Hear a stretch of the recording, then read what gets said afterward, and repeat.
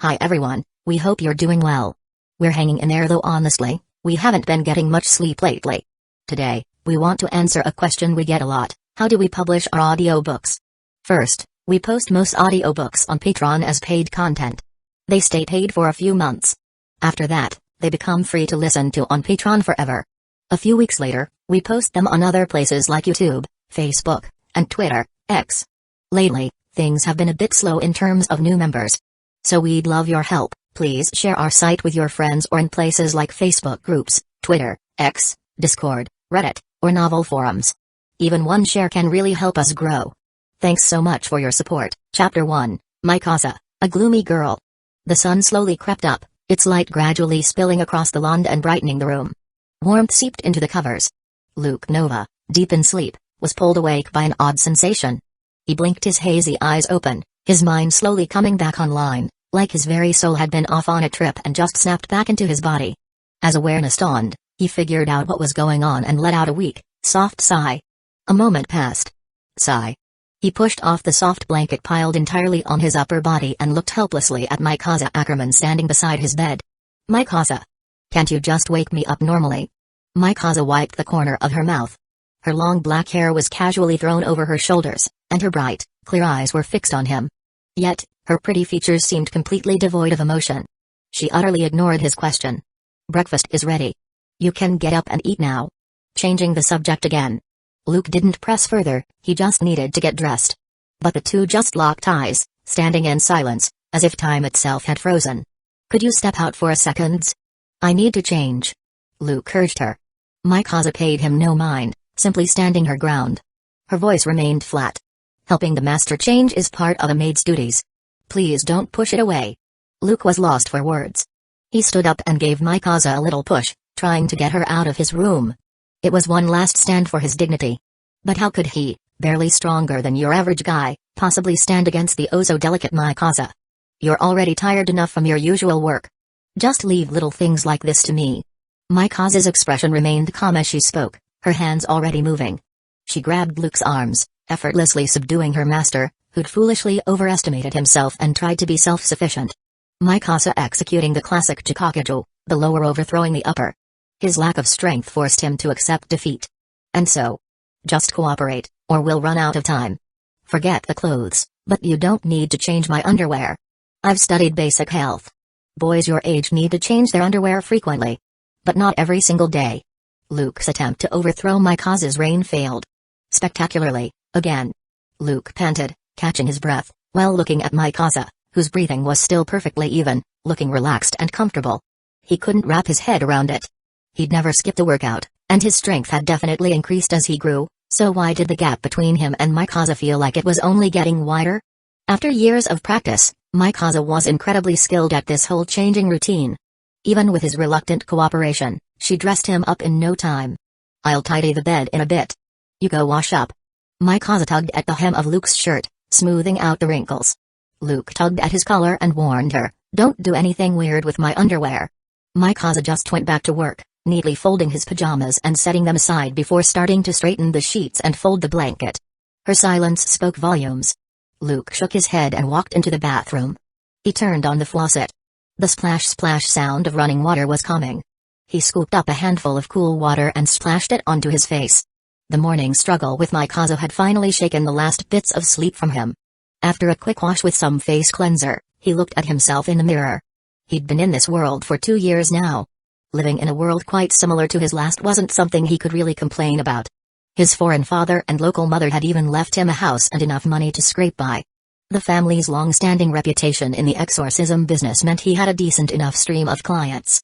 With a solid income from his profession plus the money in his account, he wasn't living a life of luxury, but at least it kept him fed and clothed decent enough. But starting out completely alone had been a bit much to handle for someone like him who'd never really had to fend for himself.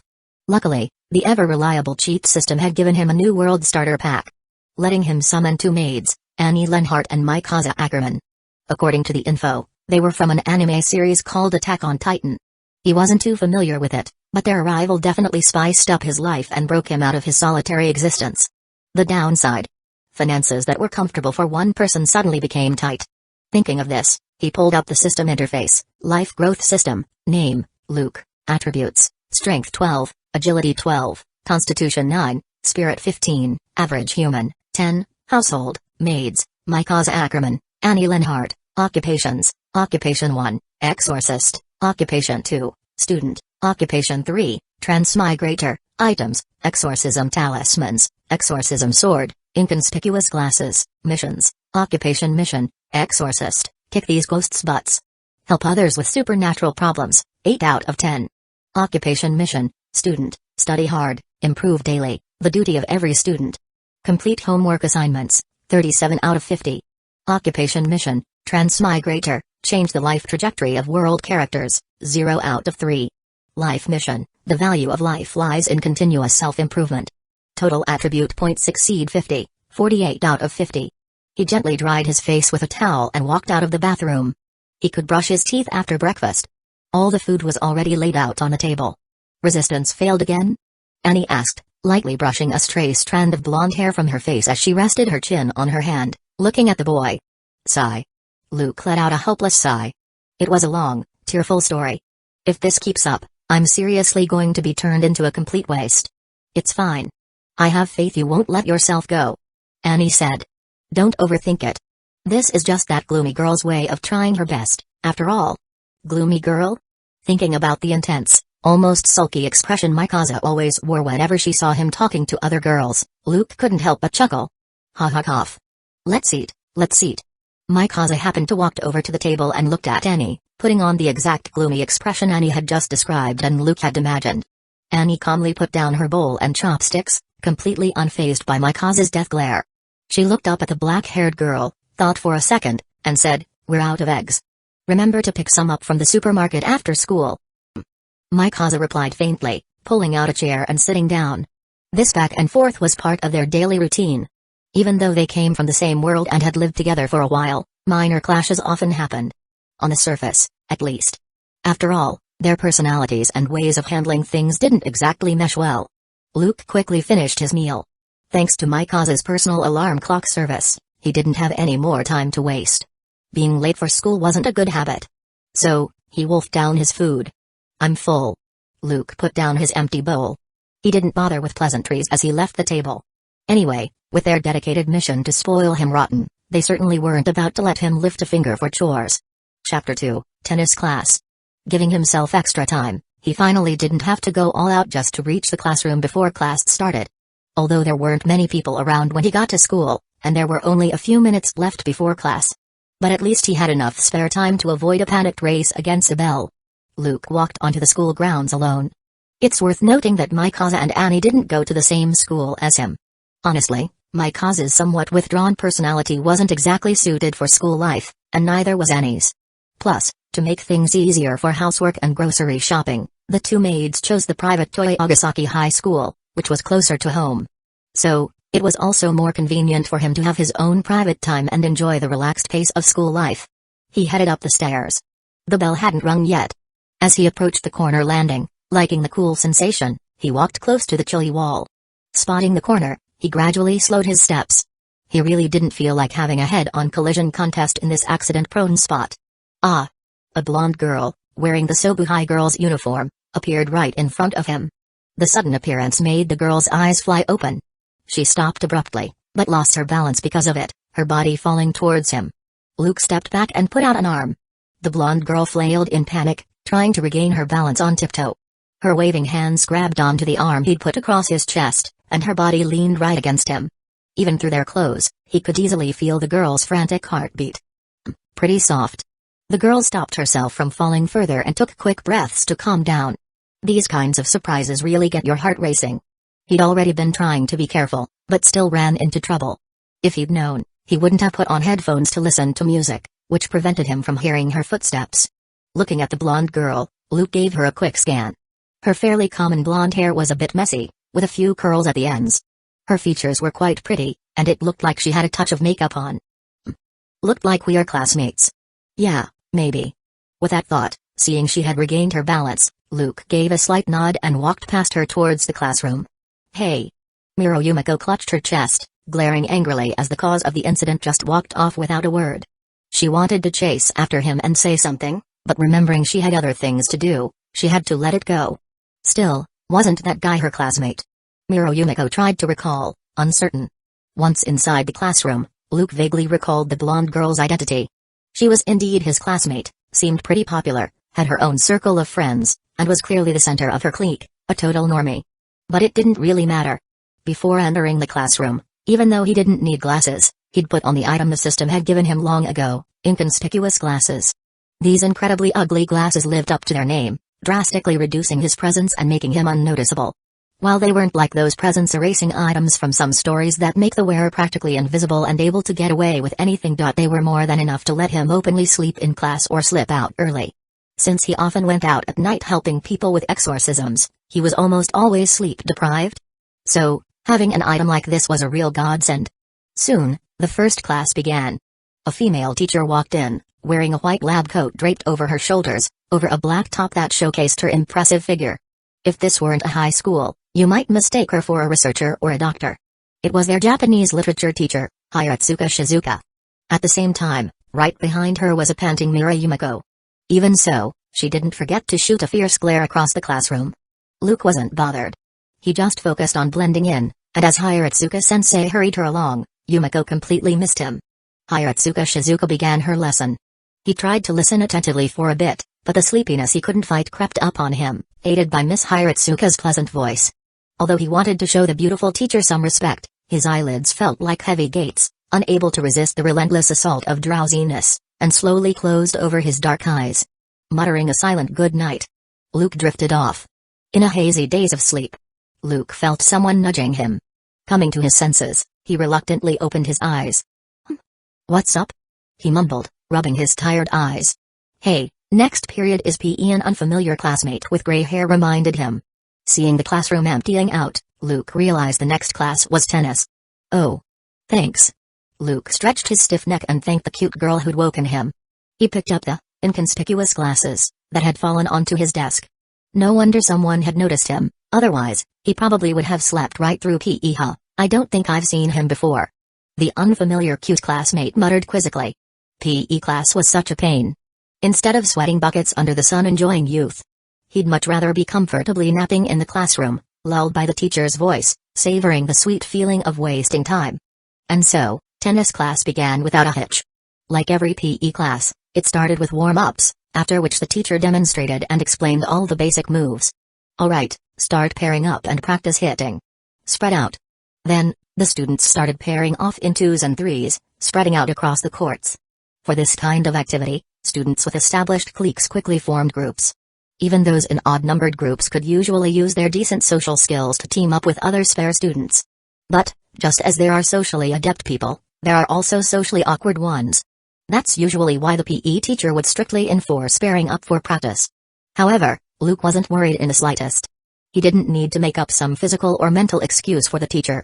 He'd just put on his glasses, keep a low profile, and quietly slip off to the side. "Huh? Hey. You're actually in my class? I don't think I've ever seen you before." Yumiko stood with one hand on her hip, the other gripping her tennis racket tightly, her eyes locked onto him. "Crap. I prefer to keep to myself," he said. "I haven't forgotten about this morning." Yumiko looked annoyed just thinking about the morning incident, idly spinning her racket in her hand. She looked kinda cute when she was angry. So, her intention was crystal clear.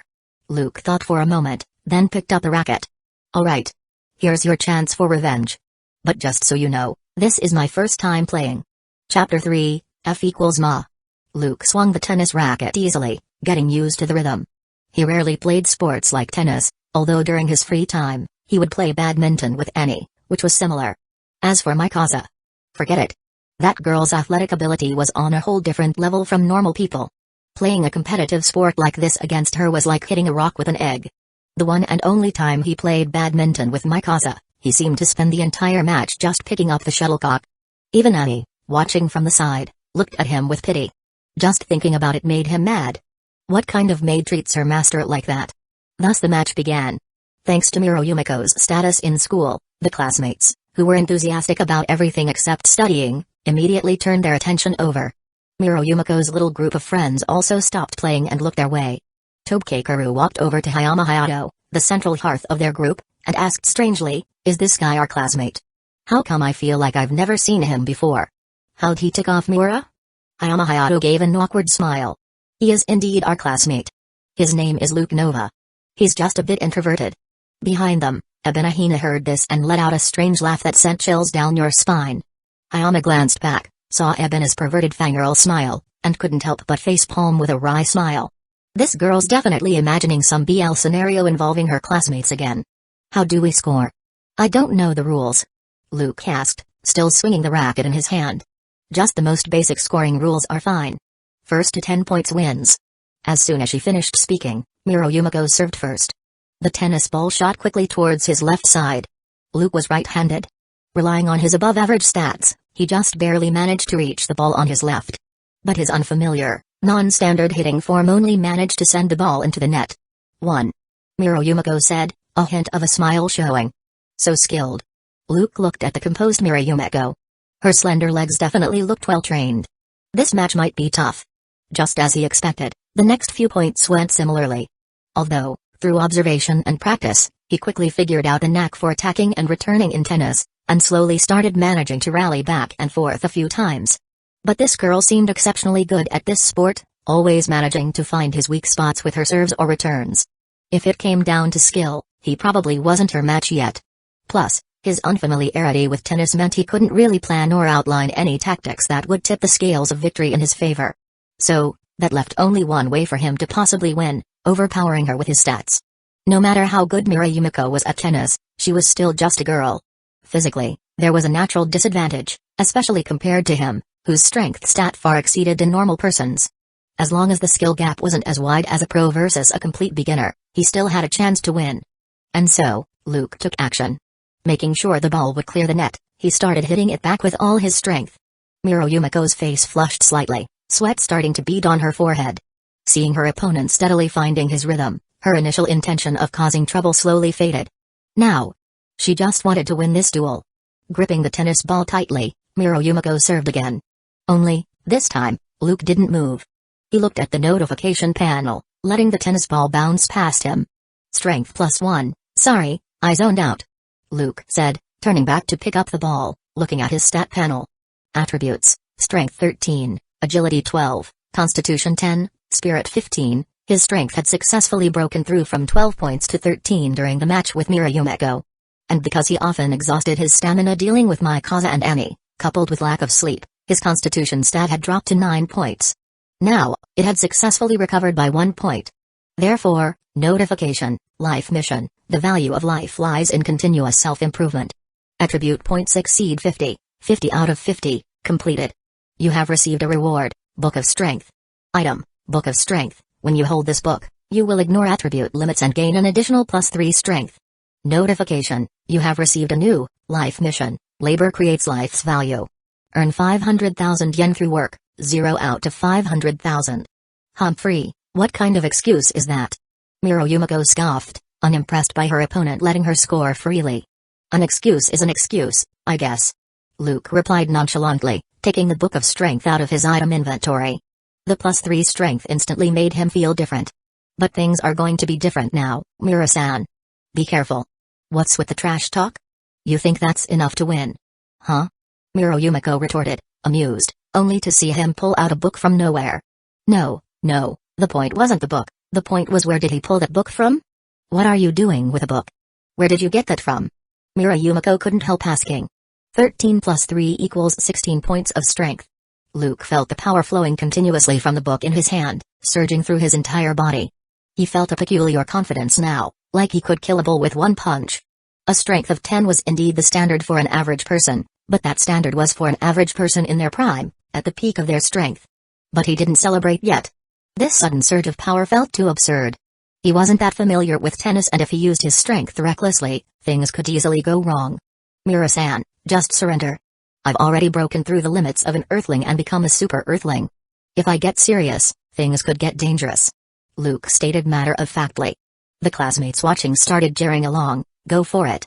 Super Earthling, defeat the evil Space Emperor, Mira Furry. Miro Yumiko shot a viper-like glare towards the crowd. Seeing Miro Yumiko's glare, like a python ready to strangle them, the jeering classmate quickly shut his mouth. Mira looked back at Luke, speechless. What nonsense are you spouting? If you want to surrender, Just hurry up and do it. Who asks their opponent to give up mid-match? That's ridiculous. Luke shook his head helplessly.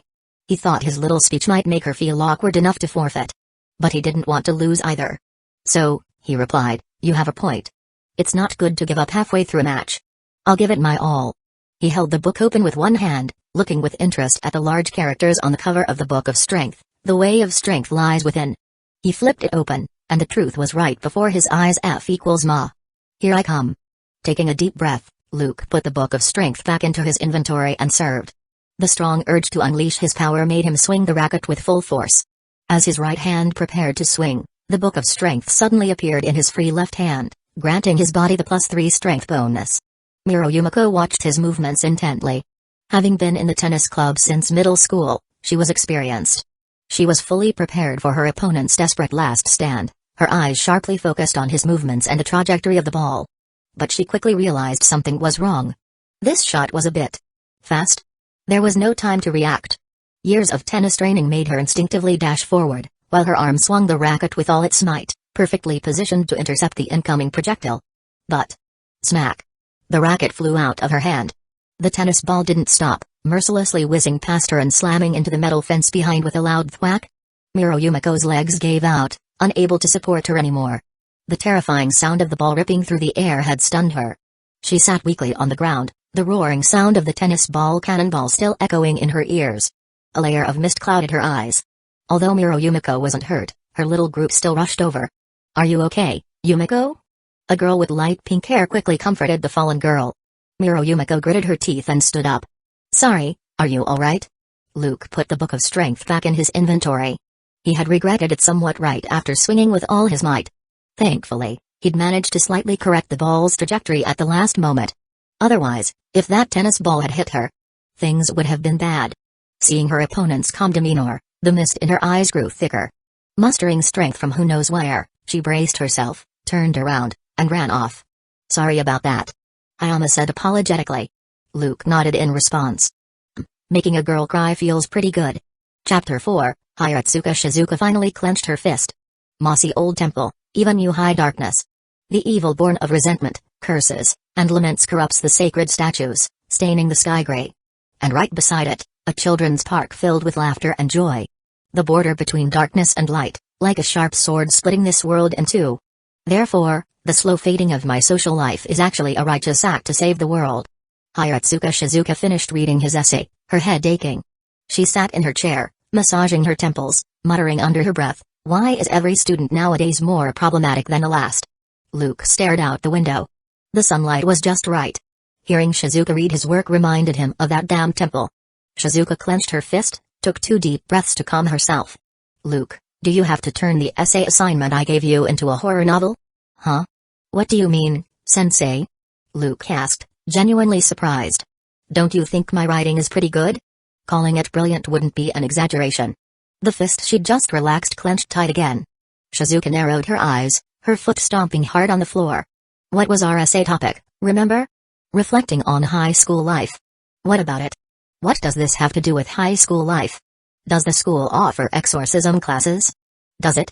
No, right? Speechless, Shizuka pushed her hair back, her impressive chest practically bursting the buttons of her shirt out of sheer frustration. Didn't you say, sensei, that we should draw more from things that happen in our daily lives? What high school life did Luke even have? Wasn't it just catching up on sleep or heading somewhere to catch up on sleep? It wasn't like he couldn't just make up a passable essay, but Shizuka, having seen his previous attempts, had repeatedly warned him to write this assignment properly. Helpless, he could only recount the events of his job, one by one, on paper. Apparently, though, his factual recounting of events was less effective than just making something up. That really hurt. Your high school life is certainly rich, seeing ghosts every day. Miss Hiratsuka's tone was partly teasing, partly exasperated. The school really had more than its fair share of problem children. Her throat felt a bit dry from talking. She pulled a cigarette pack from her nearly bursting pocket, skillfully tapped one out, and took out a lighter, ready to relax. No smoking. It's not right for a teacher to smoke in front of a student. Besides, smoking is bad for your health. Luke righteously confiscated her cigarette. He had a point. Shizuka lowered her head. Sorry, I'll be more careful next time. Okay, I forgive you. Be careful next time. Having successfully turned the tables, Luke immediately prepared to make his escape. But, the teacher's calm voice came from behind him. Where do you think you're going? Well, so much for the flawless escape plan. This problem child is so much trouble. Shizuka rubbed her head and pushed herself up from the desk. So, regardless, according to your essay, you basically have no school life. Which means you don't have any friends either, right? Luke nodded calmly. Work takes up too much time, after all. Balancing work and life isn't easy. Just like you, sensei. You haven't balanced it well either, right? Being this old and still without a boyfriend. And so. Shizuka walked up to him, straightened his collar and the hem of his shirt, glanced at the book of strength he carried with him, and instructed the boy. Hold the book in front of your stomach. And hold it steady. What do you mean? Just then, a gust of wind blew past. A perfect straight punch. Luke was hit square inches the stomach by Shizuka, right through the book of strength. Oof. Luke relaxed his tensed abdomen. He twisted his body slightly. Okay, no real pain. He breathed a sigh of relief. Thankfully, his stats were high enough that his stomach could take the hit. Seems like mentioning age or relationships really sets his teacher off. Honestly, this teacher didn't act much like a teacher. So, he cautiously asked, Sensei, have you eaten yet? Even though she had just vented her pent-up anger, Miss Hiratsuka's fist clenched again. Her mind filled with complaints about him. This guy's personality is just awful. Honestly, this student didn't act much like a student. Realizing his mistake, Luke quickly added. That's not what I meant. I was thinking of treating you to a meal, sensei, as an apology. Hey, you don't need to bribe me. I'm not angry. Luke looked at the pen Miss Hiratsuka was gripping so hard it was creaking, then at her face, which was smiling but not really smiling. Miss Hiratsuka? Are you serious? Surprisingly, though, after taking another deep breath, Shizuka actually didn't get angry again. Maybe before, she really was just offended by the age comment. Continuing our previous topic. Shizuka asked. You haven't joined any club activities, right? Luke sensed something was off, but he couldn't lie yet. No. And no friends either? Nope. I knew it. Seeing his teacher suddenly full of energy, Luke was speechless. Does having no friends make you this happy? I knew it. I guessed as much. Otherwise, why would you be spouting nonsense day in and day out, imagining ghosts and things like that? You're being a bit rude now. Luke felt a dark line appear on his forehead, giving up on the idea of getting Miss Hiratsuka to accept this essay and boost his student occupation mission progress. Sensei, do you have any other questions? I'll just rewrite the essay. However, events still took an unexpected turn. Fine. Shizuka sat on the edge of the desk, lightly tapping her finger on her shoulder. However, your previous words deeply wounded a woman's heart. Therefore, I demand that you participate in service activities as punishment. That didn't sound like anything good. Besides, you don't seem wounded at all.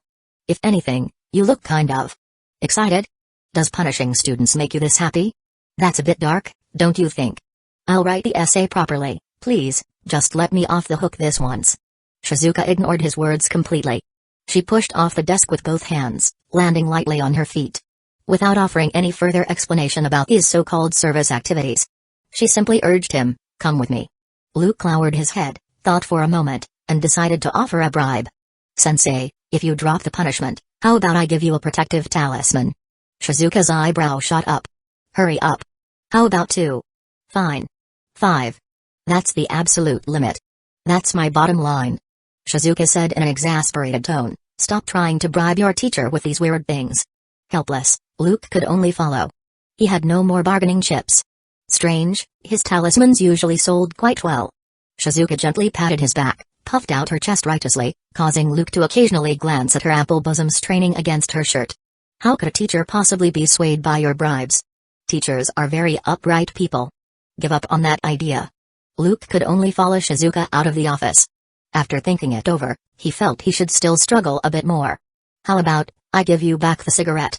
I still have to go to work after school, after all. Right? Shizuka's steps faltered slightly. For a split second, her heart was shamefully tempted by the offer. Then, Luke's sly voice reached her ears, Sensei, looks like you were tempted. Shizuka clenched her fists. In that moment, she completely believed in the evil spirits Luke wrote about in his essay. This guy was a living example. No normal person could possibly be this awful. Chapter 5, Yuki no Shita Yuki no. In the end, Hiratsuka Shizuka resisted the temptation of the cigarette, her steps firm and purposeful as she led him to their destination.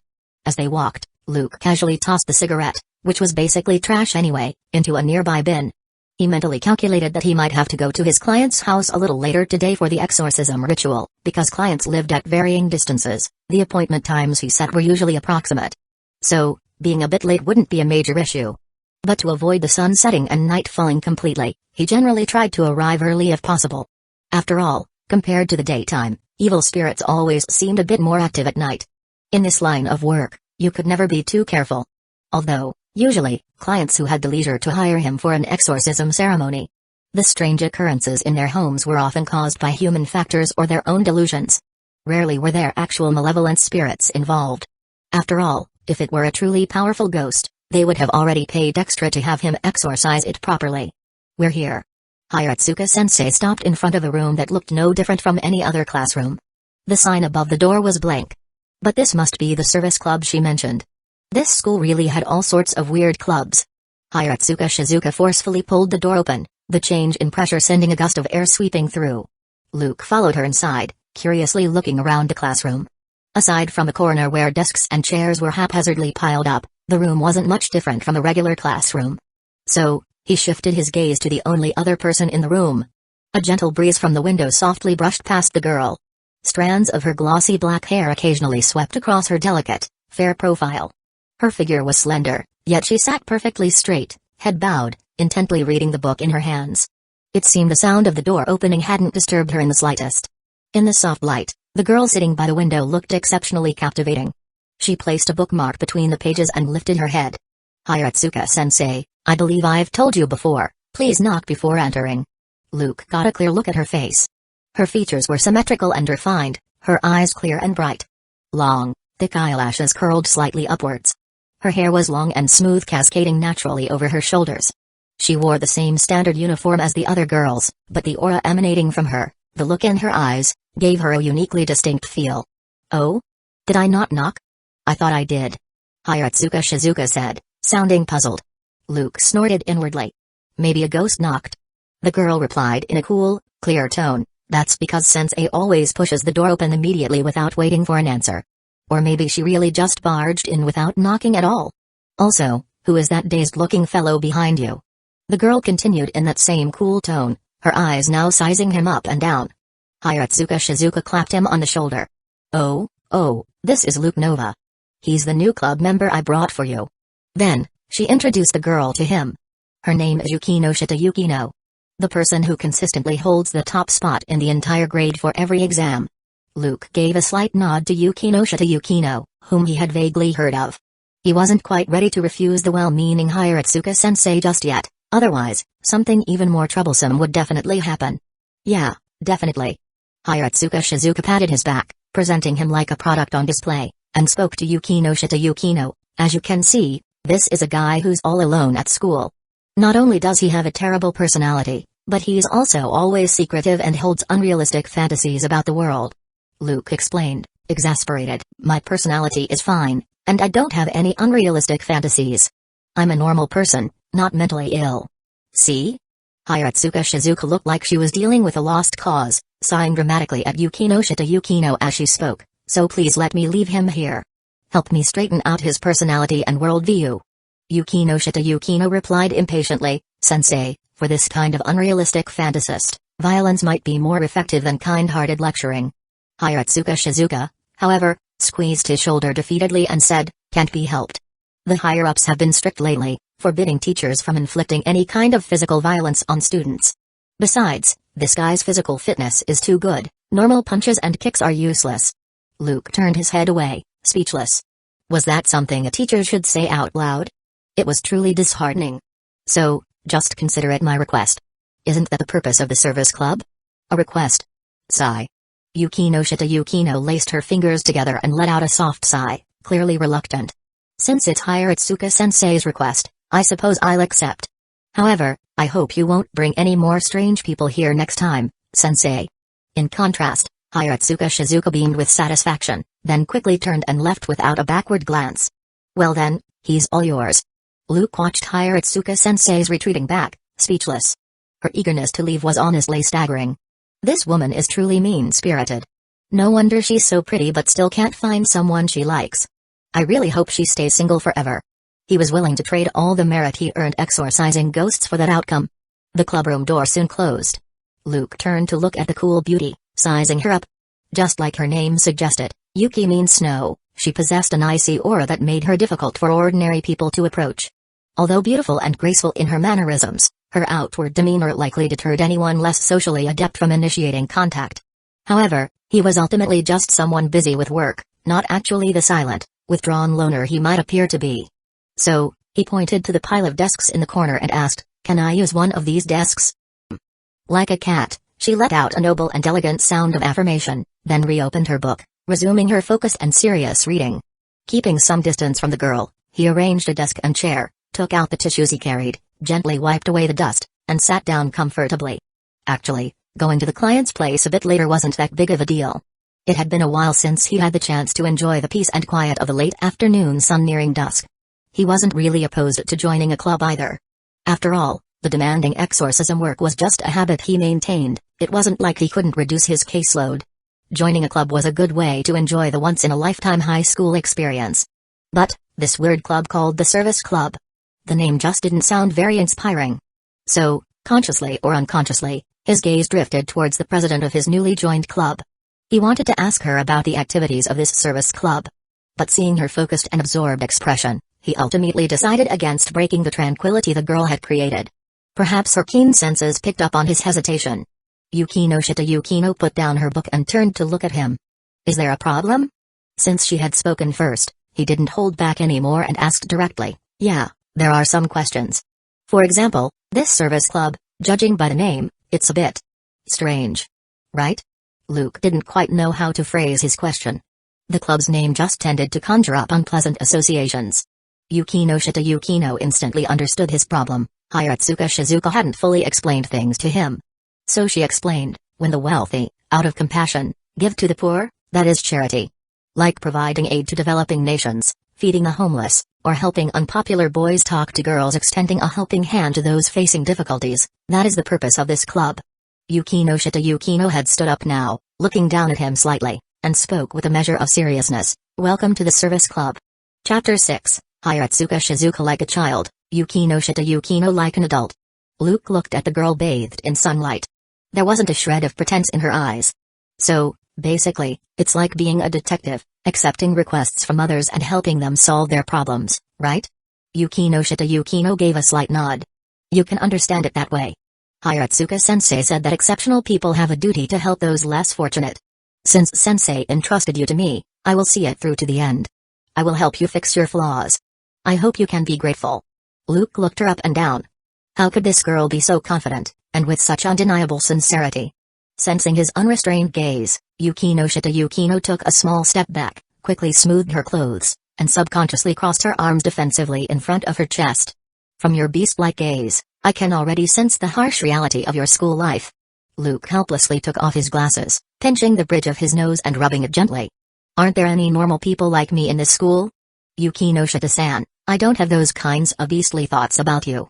So please don't strike that being bullied pose. Besides, why would you assume I'd definitely be interested in you? Isn't that the case? Yukino tilted her head, adopting a puzzled expression. Besides, your face makes me. Yukino cleared her throat lightly. Looking at the boy without his glasses, her inherent honesty prevented her from attacking his appearance unfairly. Luke looked back at her. Her cute face was still incredibly cute even with a cold expression. This girl's confidence was truly astounding, although she certainly had reasons to be proud.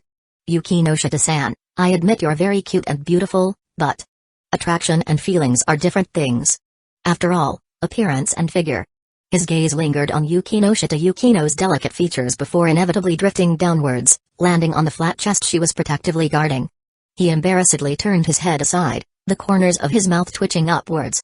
Trying to hold back his amusement, he couldn't stop a soft sound from escaping. Hey! That chuckle, sounding almost like mockery, made Yukino suspicious. Seeing Luke's turned back, she replayed his previous actions in her mind. Her quick thinking soon simulated the path of his gaze. Her perfectly curved jawline tightened slightly. She lowered the arms covering her chest, glanced down at herself, confirming the target of his gaze.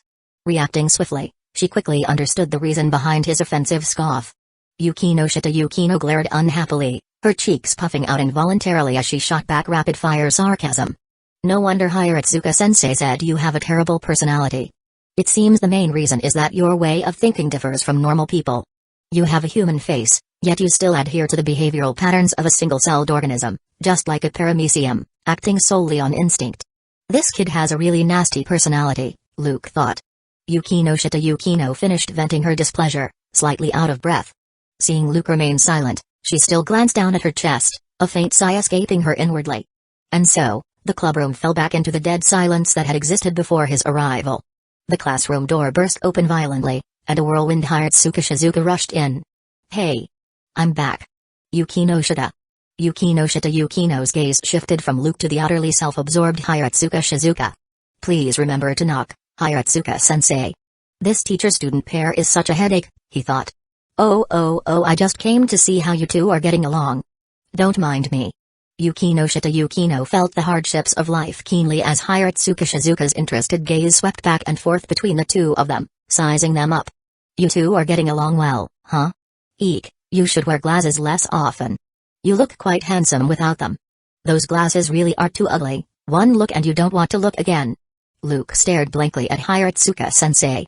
Where did you get that conclusion from? Does not fighting count as getting along well? He was about to devolve from a higher life form into a paramecium. So he spoke up decisively, calling Yukino Shita-san sharp-tongued is practically a compliment. What she says is just plain verbal abuse. Yukino Shita Yukino jumped in. Strange animals are protected, strange people are isolated. Mr. Human-shaped paramecium, I'm merely helping you face yourself. Hiratsuka Shizuka clapped him on the back. Ha ha ha ha, don't mind it, that's all just superficial. Yukino Shita is a very gentle classmate. She'll definitely help you out. Gentle? Luke rubbed his forehead. If sensei is worried about me lacking social interaction in high school, I can easily join another club. As for the stuff in the essay, just consider it my naive fantasy. So, sensei, please, just let me off the hook. Hiratsuka Shizuka turned a deaf ear to his plea, her eyes lighting up instead. Looks like Yukino Shita's help is really having an effect. Yukino Shita Yukino shook her head. I haven't done anything. Luke shook his head. Sensei, I really don't need any help. Yukino Shita Yukino, however, seemed particularly serious. What nonsense are you talking about? With your terrible personality, if you aren't saved, you'll be completely unable to function in society. After all, if you can't even adapt to school, how can you adapt to society? Excuse me, I'm quite satisfied with my current profession. Dealing with ghosts is much better than dealing with people. Starting with the delusions again, Humphrey. Ghosts are a bit too far-fetched, don't you think? Smack. Alright. Hiratsuka Shizuka slammed her hand on the desk in front of him. She announced loudly, since neither of you believes the other words, whether they're true or not, just try to prove yourselves through your interactions from now on. So, how about a passionate competition? Both Luke and Yukino Shita Yukino stared at the now fired-up Hiratsuka Shizuka and immediately fell silent. Hiratsuka Shizuka looked at them strangely. Why do you both look so lethargic? Whose fault do you think this lethargic state is? Luke looked uncomfortably at Yukino Shita Yukino. She looked just as helpless. In that moment, Yukino Shita Yukino actually seemed somewhat agreeable. I refuse the competition. Without waiting for Hiratsuka-sensei to elaborate, Yukino Shita Yukino decisively moved to nip any further discussion in the bud. Objection overruled. Words are powerless. Only the results of actions can reveal the truth. Starting now, you will both guide those lost on life's path, save them, and thereby prove your own way of life. Let's see who truly understands life's principles better. Sensei, please refrain from acting in a way that doesn't suit your age. It's very unbecoming. Yukino Shita Yukino's cold rejection, though spoken calmly, pierced through Hiratsuka Shizuka's enthusiasm like a sharp buzz. Hiratsuka Shizuka said awkwardly, Ahem, I'm the teacher. If I say you compete, you compete. This woman has the body of a perfect older sister type, but acts like a child. She's the complete opposite of Yukino Shita Yukino. Sigh. Luke now only hoped the final school bell would ring soon. Chapter 7, Exorcism at Yumiko's house. A teacher with an incredibly developed figure, yet the mind of a child. Beneath her chirpy chatter lay a hidden desire just to watch the drama unfold. Compared to her, Yukino Shita Yukino, with her figure flat enough to drive a car on, actually seemed like an adult. And the oblivious, mature-looking beauty with the childish mind was still spouting nonsense. How can you have no fighting spirit? Don't even think about just coasting through this. To ensure you both put your whole hearts into this battle, I've decided the final winner gets to order the loser around however they want. How about that? However they want? Luke murmured thoughtfully. Yukino crossed her arms over her chest, immediately entering defensive mode. Allow me to refuse. With such a dirty condition for the duel, I feel I might be violated. Seems like Yukino-san isn't confident about this duel. Hiratsuka Shizuka said slyly. Such a clumsy attempt at goading. Sensei, please don't treat me like a child. Yukino stared unhappily at Hiratsuka Shizuka. Looking back at Yukino, Hiratsuka Shizuka adopted a pitiful expression. Really? You won't do it? Yukino desperately wanted to ignore her gaze, but finally let out a resigned sigh. Fine. Although I hate being provoked like this, I'll agree. And I'll deal with this person while I'm at it. Ugh, how embarrassing. You're the top student year after year, yet your willpower is this weak? Luke complained inwardly, turning his head towards Hiratsuka Shizuka. Sensei, could you act a bit more like an adult? I accept joining the club activities, but let's just skip the duel. Luke looked at Hiratsuka Shizuka. He wouldn't be stubborn like Yukino, who'd jump into a pit just because someone dug it, confident she could leap over the pit itself. A mentally strong person wouldn't be swayed by external temptations or emotional provocations. Hiratsuka Shizuka grinned, her pretty nails tapping lightly on his desk. You won't have to rewrite your Japanese literature homework. And from now on, I'll also appropriately loosen up a bit. How about it? What is this? Testing a student with something like this? But he had to admit, it was a brilliant tactic. I accept. Luke immediately took the challenge. Because he would show Hiratsuka-sensei just how foolish her decision truly was. Good. By the way, I'll be the judge of victory or defeat. The scoring criteria will be based on my subjective opinions and biases. Good luck. Finally, a sound echoed through the classroom. Was that the end of school bell? It felt like ages. As a member of the Go Home Club, he hadn't heard that sound in a long time. With everything settled, Hiratsuka Shizuka eagerly fled the classroom, leaving the two of them behind. Yukino closed her book, put it away, turned, and left without another word. Time to get moving. Luke took out his phone, confirming today's destination. Although he was starting later than usual, looking at the client's address, it wasn't too far away. If he hurried after finishing, he should be able to get home around the usual time. A yellowish sky, crimson-dyed clouds, a cool breeze, and an angry Miroyumeko. Miroyumeko stared intently at him, her gaze filled with suspicion and even more wariness. Thinking back to the tennis battle during the day made her angry all over again. Hey! What are you doing hanging around my house? You're not some kind of pervert, are you? Luke looked at the address on his phone, feeling a bit helpless. He should have realized when he saw the client's name was Mira. This world really is small. Seeing him remain silent, Miroyumeko's expression changed, and she clutched her backpack to her chest, turning slightly away. You're not actually a pervert, are you? Luke rubbed his eyes.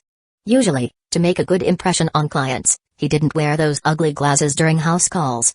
Mira-san, having a vivid imagination is a good thing. But there's no need to label everyone who walks past your house a pervert. Plenty of people walk by here. Are they all perverts? Hurry up and look at this address. Is this your house? Miroyumeko cautiously took a few steps closer, lowering her head to read the message on his phone. Hey! You! Miroyumeko's red lips parted slightly, but Luke quickly interrupted her, casting. I was invited here to perform an exorcism ritual. Please don't let your personal feelings get in the way. It's better to check these things out sooner rather than later. Miroyumeko looked up at his serious expression. Although she didn't really believe ghosts existed, she couldn't stop her mother's decision. Plus, the strange occurrences at home had genuinely made her a little uneasy. It's my house. Then take me there. The sooner I solve this, the sooner I can get out of your sight. Luke said. Fine. Miroyumeko led the way, her voice tinged with confusion and doubt. Mom said she wanted to find an onmyoji to check the house, but I didn't expect it to be you. Hearing her confusion, Luke nodded. Please trust my professional skills. This is basically a family tradition for me. Quality work, guaranteed reputation. Despite his assurances, Miroyumeko's eyes remained skeptical. With Miroyumeko leading, he quickly arrived at her home. I'm home. Yumeko's back. Ah. And who is this? Mira's mother, who also had blonde hair, narrowed her eyes, looking Luke up and down. Even though he had changed out of his Sobuhai uniform and taken off the ugly glasses, standing next to Miroyumeko, who was also a high school student, made his identity fairly obvious. Seeing her mother's suggestive gaze and occasional soft sighs, Yumiko quickly explained. This is the Onmyoji you were looking for. He's also my classmate. Yumiko's voice grew quieter and quieter. Oh, so he's Yumiko's classmate. Mira-san, Yumiko's mother, summarized. Hello, Mira-san. Luke reached behind him. The Peachwood exorcism sword was pulled from his item inventory. To outsiders, however, this action looked like a magic trick, as if he had conjured the sword from thin air. Usually, pulling off this little trick made most clients trust him completely. It was the first step in his exorcism procedure. The effect. Just seeing Yumiko's astonished expression was enough. Luke glanced around the room's layout. Mira-san had already explained the situation in detail over the phone, so he didn't waste time with pleasantries and got straight to the point. Could you show me around the house so I can inspect it? Of course, please change into these slippers. Mira-san put aside her surprise and offered him a pair of guest slippers. Luke walked into the house, carrying his backpack. He made a fist, curling his four fingers into his palm, leaving only a tiny gap between them. Then, he pressed the fist against his eye. Peering through the small gap, he carefully scanned the entire living room. Finding no signs of ghostly mischief, he asked Mira-san to let him check the bedrooms. How about we check Yumiko's bedroom first? Mira-san suggested slyly. Okay. According to our phone conversation, Mira-san was the first one to notice the abnormalities, right? Luke nodded. Mom. Yumiko blushed, protesting. Since starting high school, she hadn't invited any classmates over to play in her bedroom, let alone a male classmate. Do you really not want to solve this problem, Yumiko? Mira-san whispered in her daughter's ear. Ghosts are scary, at night, I have Dad to hold me and protect me. But Yumiko will only have ghosts for company. Stop trying to scare me. Yumiko quickly pushed her mother away. Mira-san, regardless of any other factors, I strongly suggest you let me thoroughly inspect your bedroom. Luke showed no hesitation whatsoever. It wasn't his bedroom, after all. Chapter 8, 13 Points of Strength. Yumiko took a deep breath. Mentally, she found it hard to accept letting a male classmate into her bedroom, but in the end, she could only let out a helpless sigh. Fine. But let me say this first, you're not allowed to just look around randomly. Don't worry about your concerns. Please trust my professional ethics. I'm a new era exorcist with a 100% positive review rate. Luke showed Yumiko a picture of his client reviews. The page full of positive comments stunned Yumiko. Mira-san, mother, covered her mouth, chuckling hee hee. Yumiko was also somewhat amazed. You actually printed all these out? Luke put the picture back in his bag, explaining the reason. After all, I'm too young. Some people mistakenly believe older exorcists are more capable, so I always need some external proof to dispel doubts and make my work easier. Fine. Yumiko stood in front of her room, took a few deep breaths, mustered her courage, and pushed the door open. Then, she clenched her fists tightly and stared fixedly at Luke, like a little kitten whose territory had been invaded. Let me see. Without waiting for Yumiko to ramble further, he quickly took his position and surveyed the entire bedroom through the small gap in his fist. The room was pink-themed. A large white dog plushie sat on the bed, cozy decorative pictures hung on the walls, and a soft carpet covered the entire floor. Beside a delicate little table stood a uniquely shaped lamp. The whole space radiated youth and dreams. He hadn't expected that Yumiko, who meticulously styled herself to look mature, would have a room so overflowing with girlishness. A room full of life, yet without the abnormalities he was looking for. Luke lowered his fist. He hadn't detected any evil spirits through his special observation method. Not only were there no evil spirits, but there were no related traces either. Since that was the case, Luke waved his hand in the air twice, seemingly out of nowhere. Under the cover of this distracting movement, a talisman appeared in his hand, which he stuck onto the lintel above Yumiko's bedroom door. Please take me to see the other rooms. The next few rooms were the same, he didn't see any ghosts. He could only stick talismans on the lintels of each bedroom door. These were his cheapest talismans, very simple to make, but their function was irreplaceable. They were designed to detect evil spirits. If one appeared nearby, the talisman would activate and spontaneously combust. He walked through the entire house again but still found nothing out of the ordinary. Luke thought for a moment, then took out his phone to review his conversation with Mira-san, mother. He couldn't be entirely sure if the strange situations Yumiko encountered in this seemingly ordinary house were just their imagination or if an evil spirit truly existed. Therefore, he could only choose the safest approach for now. Yumiko, when do you usually notice the abnormalities? Luke carefully asked Yumiko for details. Yumiko thought for a moment, then answered, I usually feel an unusual atmosphere before falling asleep at night or when I wake up in the middle of the night. The room seems to have a sense of oppression. Sometimes I even hear strange sounds, like someone whispering. Based on his experience, it didn't quite seem like the work of an evil spirit. Because if an evil spirit wanted to affect reality, it would usually leave traces. A room filled with human presence would have some of that presence erased by the spirit's abnormality.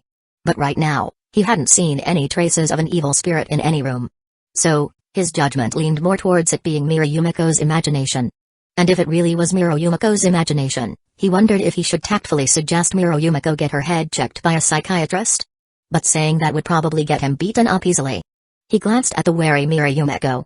So, after careful consideration, he took out a few more talismans from his bag. I didn't find any abnormal traces in the rooms. But I can't be certain it's all Mira Yumiko's illusion either.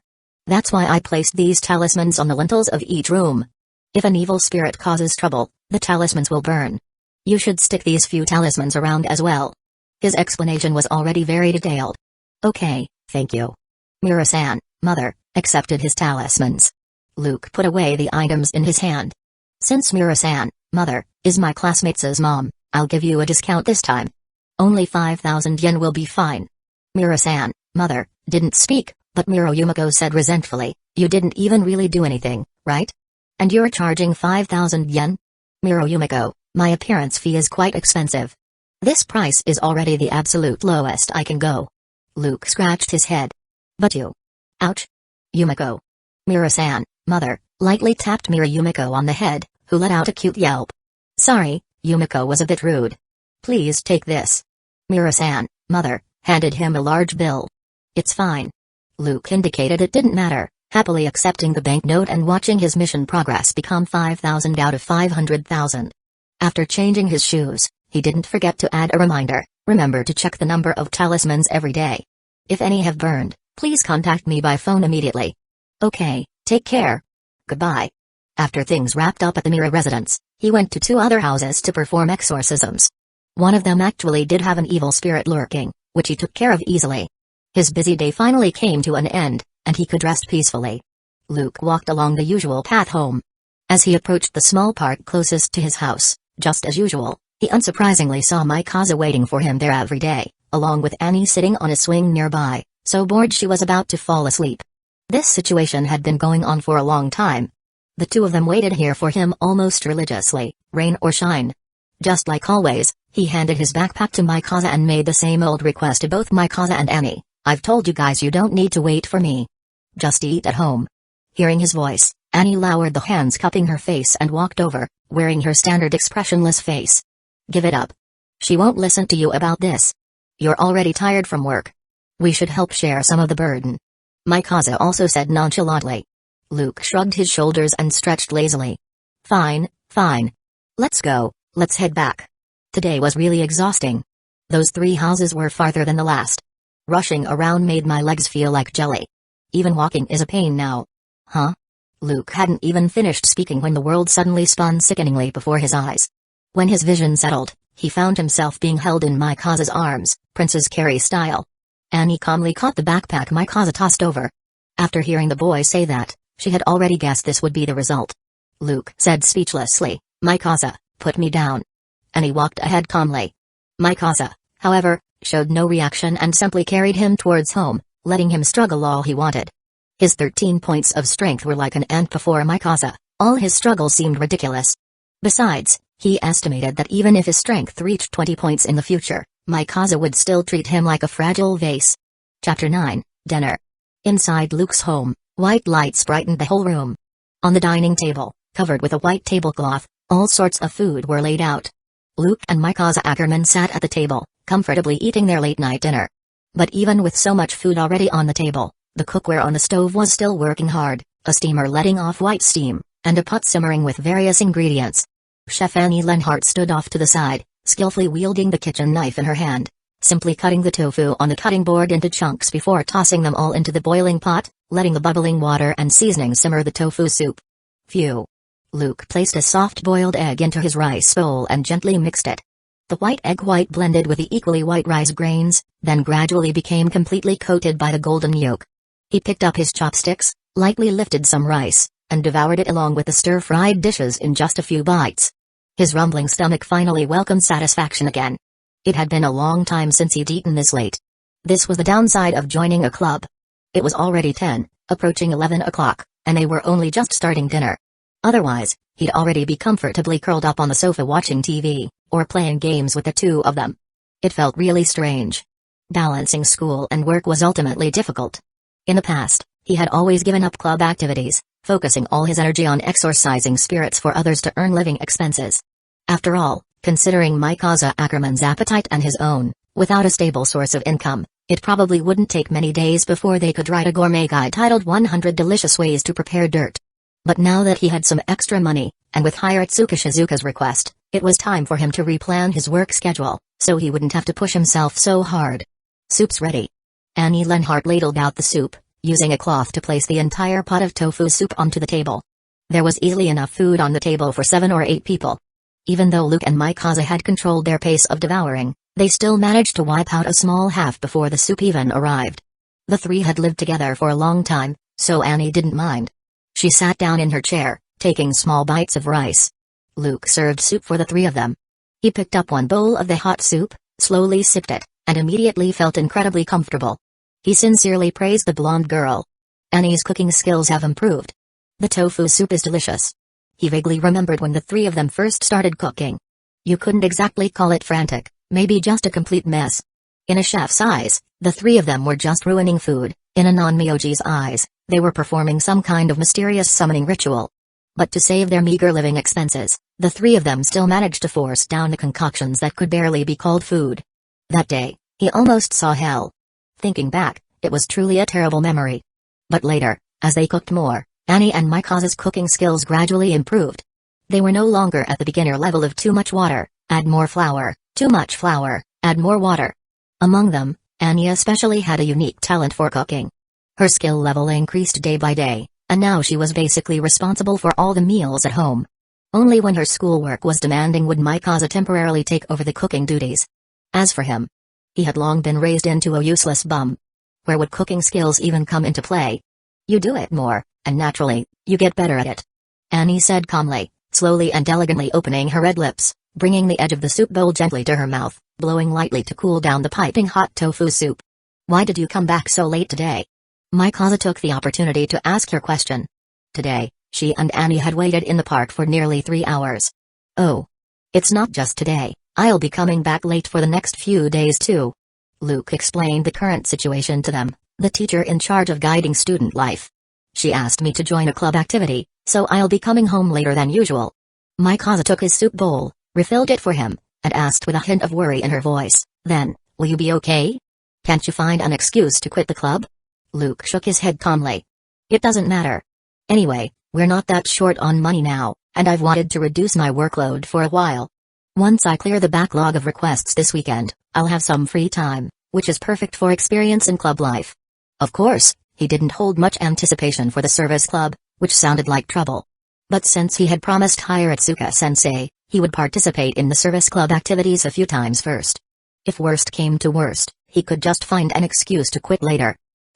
Seeing he had made up his mind, Mikaze didn't say anything more and continued eating.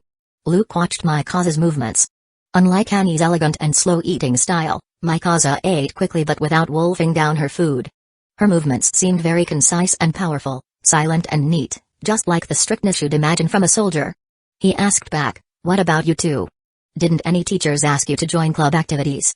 Mikaze said calmly, they did, but I refused. Luke's eyes lit up. He leaned forward and quickly pressed, what reason did you use to refuse? He wanted to use Mikaze's answer as a reference, maybe he could use it on Hirotsuka-sensei. Told the truth. I told the teacher I'm your maid and need to go home early to do housework and prepare dinner. Luke slumped back powerlessly. Well, he couldn't use that excuse. Sigh. So the teacher just agreed like that? No other reaction? Beside them, Annie gently wiped the corner of her mouth with a napkin and added, besides her eyes widening and her speech becoming a bit incoherent, she didn't trouble us further. Mikaze followed up, the teacher called both of us over together, so she easily confirmed the credibility of our words. Luke nodded. Alright then. By the way, you two don't need to spend all your time at home either. If there's a club you want to join, just go ahead and join. I'll be coming back late anyway, so you don't need to rush back. There's nothing I want to join," Annie said faintly. Mikaze didn't speak, but her meaning was about the same as Annie's. "Okay then. Have you run into any trouble at your school?" "No trouble," Mikaze Ackerman said softly. Annie rested her cheek on one hand. What trouble could she have? She's such a good fighter, no one would mess with her. The biggest trouble is probably just too many love letters and confessions, but her heart is completely set on you. Whether it's love letters or confessions, she just rejected them all directly, leaving no room for anyone else. You hardly see anyone confessing to her now. Luke nodded with satisfaction. That's good. Just reject love letters and confessions directly.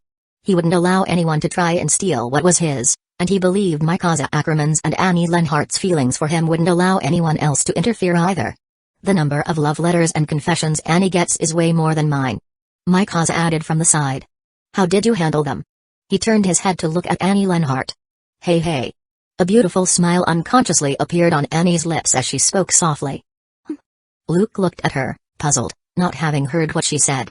Annie stretched lazily, stood up, and started gathering the empty plates. If you didn't hear, just forget it. Go take a bath quickly, it's already very late. Chapter 10, Annie Lenhart throws a straight ball. Inside the bathroom, a soft, light mist of water vapor filled the air, mixed with the fragrance of bath products. Water gurgled out from the faucet, hitting the surface of the water in the bathtub, creating a pleasant splashing sound. Billowing steam rose in the space, covering the bathroom mirror with a hazy fog, blurring the reflection within. The wall tiles gleamed warmly, and the heat of the water made the entire space cozy and relaxing. Light filtered through the translucent window curtain, creating soft halos and adding a touch of peace and tranquility. The bathroom became a hot spring-like sanctuary, allowing him to forget the worries and fatigue of daily life. There was nothing more relaxing than a bath after a busy day. Luke, having finished a day of studying and working, firmly believed this. He immersed himself in the warm embrace of the water, closed his eyes, took a deep breath, and let his muscles gradually release their tension under the water's buoyancy. In this quiet space, anyone could freely let their thoughts wander, undisturbed by the outside world. Creak. Luke looked up. It was Annie walking in. He leaned against the edge of the bathtub, sending her a questioning look. What's wrong? Annie Lenhart took off her hair tie, letting her full head of dazzling blonde hair cascade down her shoulders like a waterfall following gravity. She answered in the voice that was almost always incredibly calm, doing some work a maid needs to do, like helping the master bathe. Luke paused for a moment, looking up as Annie slowly undid her bindings. Droplets of water condensed from the ceiling mist landed on her beautiful collarbones, tracing down the curves towards the tempting cleavage. Annie Lenhart placed her hands on her fair, swan-like neck, gently smoothing her hair following its growth direction. Her graceful figure shimmered under the warm yellow light. His heart traitoriously skipped a beat. I'm coming in. Annie Lenhart walked to the side of the tub. Her delicate feet pushed her toes into the hot water, slowly testing the temperature. Ripples spread across the water's surface as Annie Lenhart's straight, slender legs slowly submerged. Her delicate fingers scooped up hot water, splashing it onto her body, making her skin seem even more radiant. The water isn't that hot today. Annie relaxed, gently exhaling the breath she'd been holding. Her flushed face and moist lips looked somewhat intoxicated. Luke answered, burying half his head in the water and blowing bubbles. Seeing Annie's blush, he felt as if he were drunk too. Annie slowly submerged her body into the water, letting out a long, contented sigh as well. But she hadn't forgotten her purpose for coming in. She turned her head towards Luke and picked up a scrubbing towel from the nearby shelf. Turn around. Luke turned around, pressing his hands on the edge of the tub. Although Annie had helped wash his body before, recently it had always been Mikaze accompanying him. Bathing together again after so long made his heart pound uncontrollably. Luke closed his eyes, like fish on a cutting board, waiting for Annie's action. Annie pressed the pads of her fingers onto his back, a few fingers gently gripping his shoulder.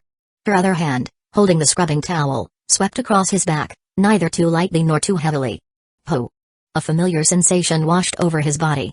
Luke breathed out comfortably. The rough texture felt very good, the slight pain made his tense back muscles loosen up. Compared to the weak and ineffective bath brush, he still preferred this slightly more violent scrubbing towel. Annie skillfully maneuvered her arm, leaving red marks across his back. He didn't feel much pain, instead, it felt rather comfortable. Annie's grasp of his tolerance threshold was practically perfect. When Annie's arm left his body, Luke comfortably moved his shoulders, but his nose caught a strange fragrance. He felt something soft against his back. Annie rested her chin on his shoulder. Me too. Her cryptic words made Luke utterly confused. He turned his head sideways to look at the blushing blonde girl. What? After dinner just now, the question you asked me? Annie Lenhart said softly.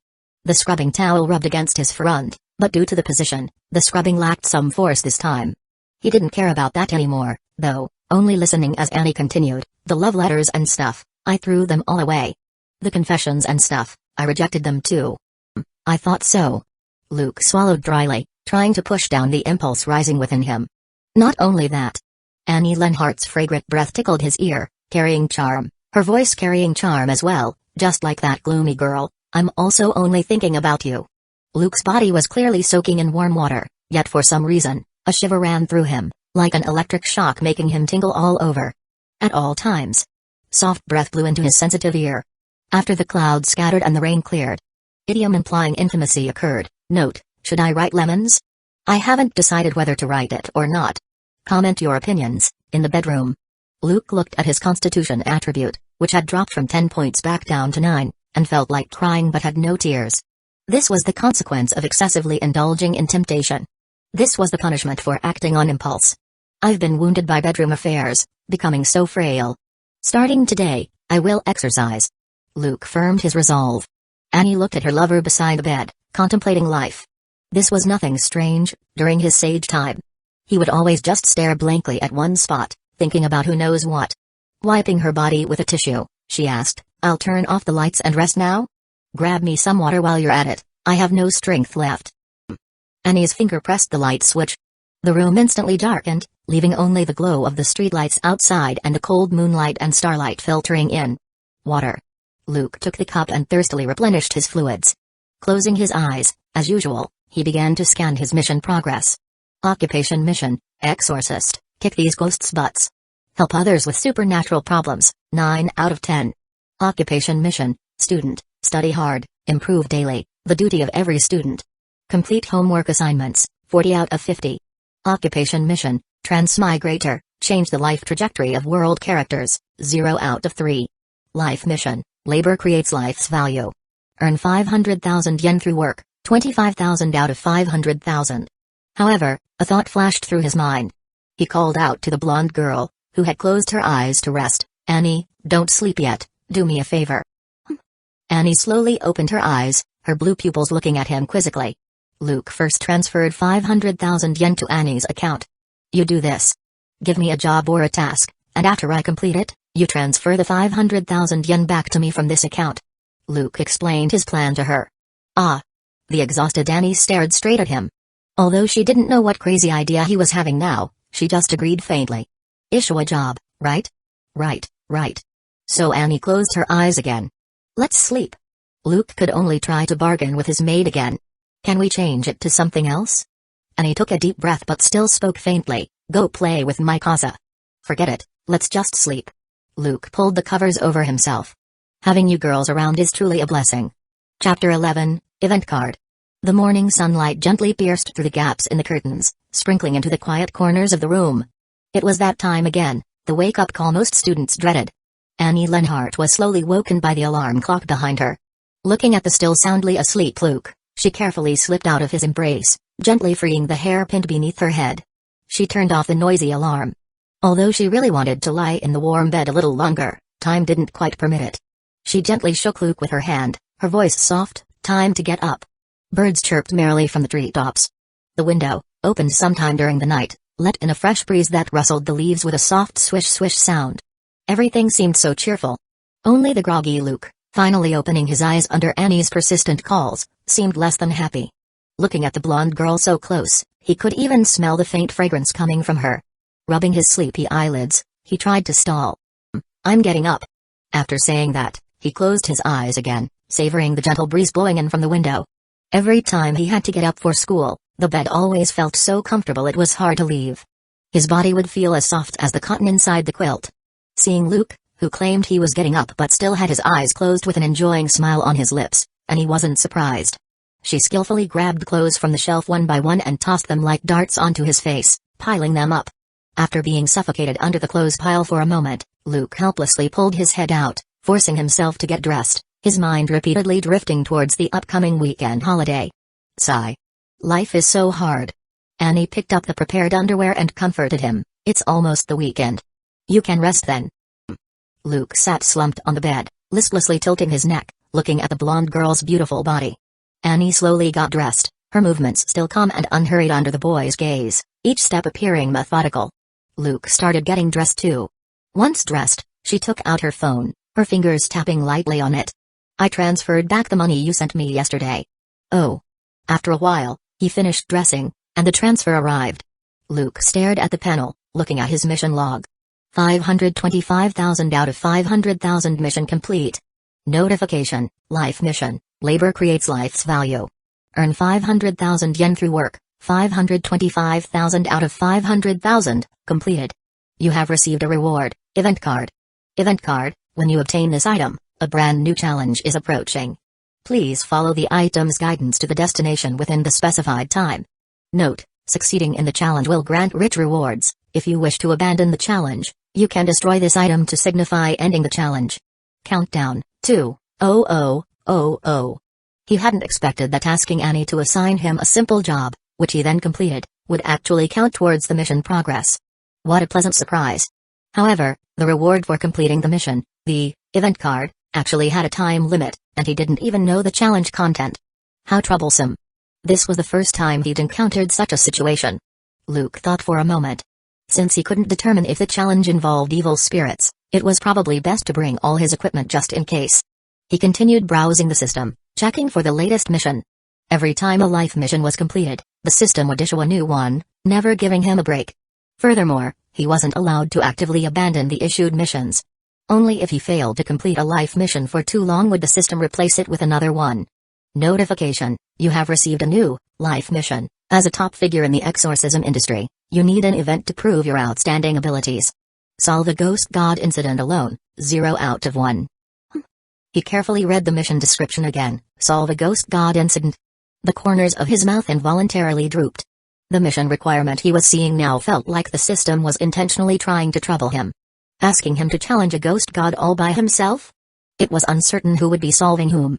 Compared to an evil spirit that could be called a ghost god, what kind of small fry was he? Luke speechlessly closed the panel.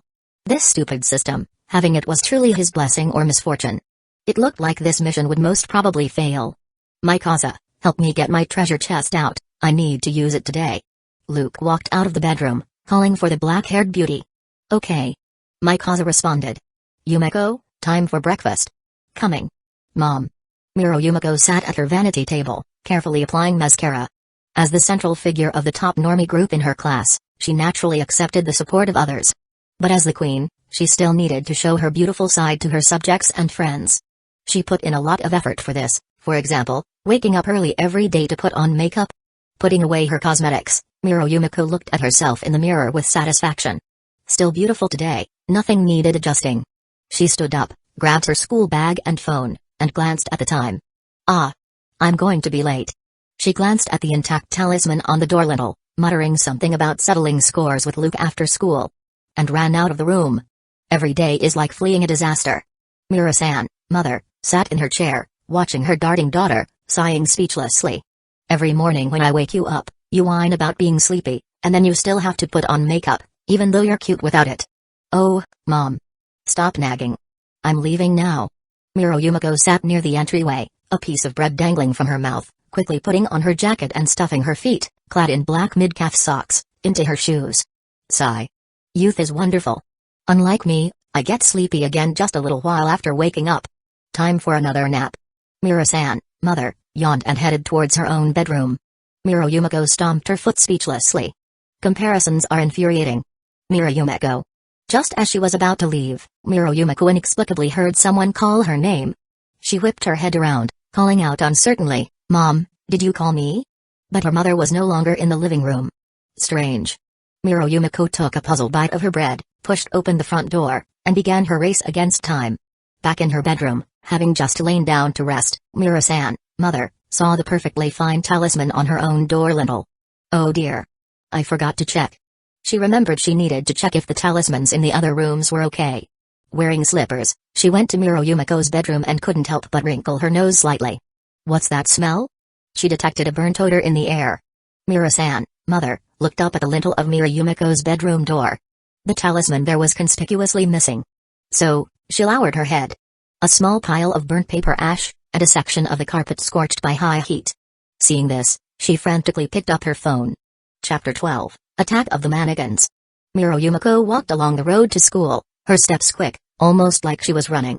Although no one was chasing her, her expression held a hint of worry and panic. She kept glancing back at the empty street behind her.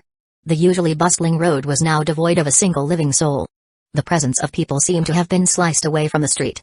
But the voice calling her name kept echoing in her ears, getting closer and more frequent. Remembering the strange events that had happened at her house before, she became vigilant. She quickened her pace, wanting to get off this street as fast as possible. Just then, a sudden, clear gust of wind blew over. Yumiko instinctively shielded her eyes with her arm, trying to block the dust. The wind whipped her skirt around, outlining the beautiful shape of her legs. Soon, the alert Yumiko sensed something was wrong. Why was this wind mixed with the smell of damp earth and rotten wood? She was on a concrete paved road. How could a sunlit street have this kind of smell? Yumiko thought it was her imagination. But the smell clinging to her nose and mouth, like foul mud being stir-fried in a pot, was undeniably real. Peeking through the gap in her arm, she slowly opened her eyes a little wider. And then she froze. What met her eyes wasn't the usual ordinary street. The tall surrounding walls were gone too. Instead, there stood an ancient castle beneath a sky full of dark clouds. The sky, which had been clear and sunny just moments ago, was now completely overcast. The surrounding earth, mixed with decaying plants, gave off a putrid stench. Yumiko. That strange voice sounded again, calling her name. The bizarre change of scenery, the real smell perceived by her senses, the deep whisper drilling into her ears. Her face turned pale and weak. Yumiko used the last ounce of her strength to tell herself, everything before her was just a terrifying illusion born of fear.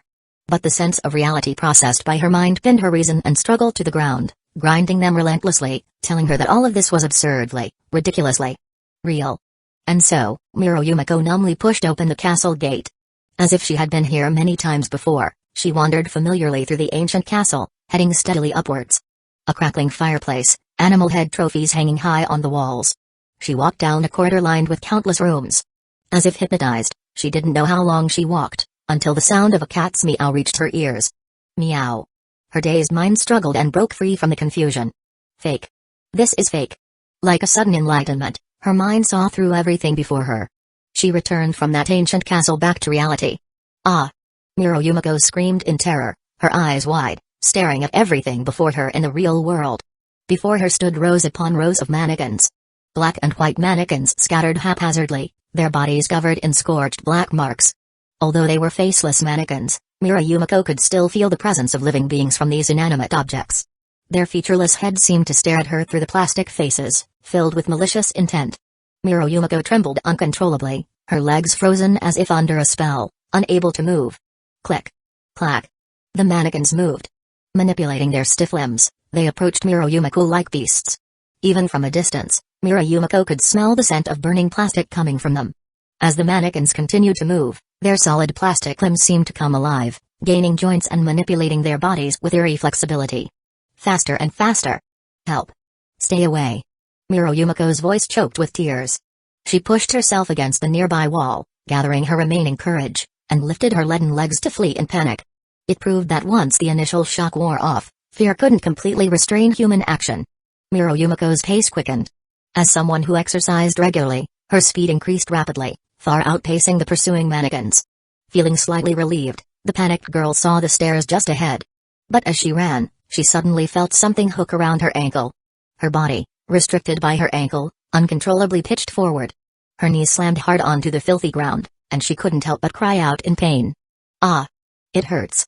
Yumiko clutched her injured leg, looking at the familiar blonde-haired doll that had appeared at her feet. She couldn't remember when she got this doll, but she vaguely recalled it belonged to her. Yet now, it had appeared here and tripped her. Could it be that the soft whispers in the night before were its doing? No. Yumiko watched the slowly approaching mannequins, her eyes growing wetter. She pushed herself backward with her hands, inching towards the stairs behind her. Help. Following the marker from the event card, he slowly reached the destination. Although he might be late today, he couldn't worry about that now. Looking at the commercial building abandoned for years, Luke walked straight in. The moment his foot stepped inside the building. Ouch, ouch, ouch. Luke jumped up in pain. He felt a burning sensation in his abdomen. Luke quickly lifted his shirt. The talisman he once wore there had now turned into paper ash, which he brushed off onto the floor. His specially made clothes hadn't caught fire from the burning talisman. This talisman, which he used to warn him of nearby evil spirits, had now burned completely. Looks like this challenge was supernatural related. It had been a long time since this talisman had been ignited. Seems like things were going to be troublesome today. The next second, the peachwood sword appeared instantly in his hand. Luke gripped the weapon tightly, focused his spiritual senses, and climbed the stairs, following the direction the malice emanated from. Help! The cry for help sounded strangely familiar. Luke quickened his pace. With light steps, he ascended the stairs easily, covering a floor in just 2 or 3 bounds. Soon, he saw a fallen blonde girl, and a mannequin with its arm outstretched. No time to react. He charged forward immediately. Against evil spirits possessing objects like this, the peachwood sword wasn't very effective. Retracting the peachwood sword, he pulled out the Book of Strength. F equals Ma. He threw a punch with all his might, striking the mannequin. Like being hit by a car, the mannequin's chest caved in, and it flew backward. The evil spirit possessing it was directly knocked out, and the mannequin returned to its normal, unremarkable state. The sound of the impactful blow faded. Yumiko, through tear-blurred eyes, saw Luke standing beside her, holding a book in his left hand, and his right hand clenched into a fist. You. Luke turned his head. Oh, it was a familiar face. Oh, it's Mira-san. I thought the voice and figure looked familiar. Don't worry, I took care of that thing. Having survived such a terrifying encounter, Yumiko was speechless now. She could only shake her head frantically, numbly pointing towards the other side. Luke followed her pointing finger curiously, turning his head. And then he saw a whole group of similar mannequins. Chapter 13, took 2 punches and 3 kicks in one go. Seeing the sea of mannequins, Luke was genuinely scared. From an exorcist's perspective, ordinary souls weren't actually terrifying, nor did they possess the ability to harm or kill people. In fact, you could say ordinary souls were far weaker than humans with physical bodies. There's a fitting term: humans and ghosts walk different paths. Though they shared the same world, humans and ghosts were like beings from separate dimension. Only a small fraction of humans had strong enough spiritual senses to perceive the existence of the other world. And while souls could observe humans, crossing the boundary between the human and ghost realms to interfere with the human world required some essential conditions. For example, a spiritual beacon formed by a human actively observing and focusing on them. But this method not only scared humans, it scared ghosts too. Some ghosts might be happily playing around, only to suddenly find themselves face to face with a human, getting scared out of their wits. Even if they weren't scared away, if an ordinary person mustered their courage and threw a punch, the human, possessing a physical body, could still take them down. Another method was possessing an object, turning it into a spiritual vessel. But objects suitable for possession were extremely rare. Usually, only items deeply cherished by a resentful spirit in life could become spiritual vessels. Ordinary ghosts, even resentful spirits formed from hatred, could easily be dealt with. But souls possessing objects were more troublesome. And now, seeing so many possessed mannequins, could they all be spiritual vessels? Luke prepared to test the waters. Yumiko, seeing Luke who had just sent a mannequin flying with one punch, felt her panicked heart settle somewhat. But the eerie, haunting call still relentlessly wrapped around her ears. Yumiko. Panicked, she grabbed onto Luke's trousers with her hand. Lacking a sense of security, she was like a drowning person unconsciously grasping at nearby driftwood. Luke, who was just about to charge forward, felt a tug below. He stumbled, nearly tripping. Hey! Why are you grabbing my pants? Luke looked down at the blonde girl, crying pitifully, looking like a weeping pear blossom. The weak Mira-san is actually quite cute, he thought. But, she seemed terrified. Luke sighed and comforted her. Don't worry, I'll protect you. I don't know if this helps, but... That voice, I keep feeling like someone is calling my name. Yumiko told him. Luke took this seriously and pulled out a talisman. Here, hold on to this talisman. Yumiko felt her mind suddenly become very clear, and the lingering whispers in her ears vanished. It's gone. Gee, good luck. Yumiko tightly clutched a corner of the talisman, holding it to her chest and gently cheering him on. Her eyes, washed clear by tears, sparkled brightly. Her slightly wrinkled nose and pouting lips adorned her pitiful face. Isn't his cuteness a bit rule-breaking? Luke's heart skipped a beat. He quickly turned his head back to stare at the approaching mannequins. There were quite a few of them, and the peachwood sword was useless against these things. He tightened his grip on the book of strength in his hand, and holding a talisman in the other. Help me hold my backpack. I'll clash with them. I refuse to believe they're really that tough. Yumiko looked at the boy standing tall and facing forward, her eyes filled with expectation. Then she saw Luke run back, head tucked, scattering over a dozen talismans into the air. He took 2 punches and 3 kicks in one go. Damn, they really are that tough. Luke solemnly observed the mannequins before him. These things had actually become spiritual vessels. This meant each ghost was gradually adapting to its body, their strength still increasing. Right now, they could already exert the power of an ordinary person. Alone, whether using his 16-point strength fists or talismans that could suppress or eliminate the evil spirits within them, he couldn't achieve much effect. He simply couldn't defend against their attacks coming from all directions by himself. A righteous group be ate down. This was big trouble. Yumiko's heart plummeted completely. Tears were about to burst forth, a stark contrast to her usual proud and confident style. Maybe you should just run by yourself. Don't worry about me. The blonde girl said fearfully. Is this kid scared silly? Luke glanced at her, then rummaged through his backpack, pulling out a bottle of bright red liquid. Looks like I'm gonna bleed today. Luke said, trembling, reluctantly uncorking the bottle. He applied the hot blood, which his friend had gone through quite the trouble to find for him, onto the blade of the sword. He fiercely drew the reddened beechwood sword, stepped forward, and struck the foremost mannequin. Instantly, the soul within the mannequin melted away like snow encountering fire. Luke didn't dare waste a single drop of the precious hawk blood. Using all his strength, he struck down the mannequin after mannequin, scattering their souls.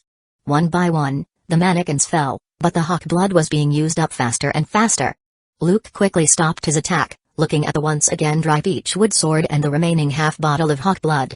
These mannequins were becoming increasingly attuned to the souls within them.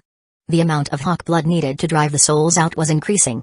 And it wasn't just the per-unit consumption. Facing dozens of mannequins, his meager amount of hawk blood was like trying to put out a cartload of burning firewood with a cup of water. In fact, even against the initial mannequins that weren't fully integrated with their bodies, his amount of hawk blood wouldn't have been enough to eliminate all of them. The hawk blood definitely wasn't enough. Luke painfully tightened the cap. The hawk blood already used was truly water-spilled, impossible to recover. Are you okay? Yumiko asked with concern. Heartache? Luke answered truthfully, quickly stuffing the hawk blood back into his backpack. As for his other items, he didn't plan on using them either. They were all single-target items anyway. Facing such a large number of evil spirits, maybe if he threw in all his assets, he'd have a chance. But then, he'd have to live the rest of his days clutching steamed buns with not a drop of oil in his vegetables. Luke slung the backpack onto his back. Yumiko watched him nervously. We might die here today. Luke said faintly. Yumiko's hand clutching her clothes tightened instantly, her expression changing. Just kidding, stop teasing you. Luke smiled and extended his hands towards the girl. Before the girl could react, in a daze, she was swept up into Luke's arms in a princess carry. Yumiko suddenly blushed.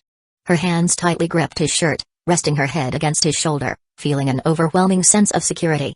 Her thoughts ran wild, but then she snapped back to reality and quickly shook her head. Hey, don't you dare wipe your snot on my shirt. Luke warned the girl, alarms blaring in his head. MMPH, when did I do that? Yumiko poked him resentfully. Luke was very strong.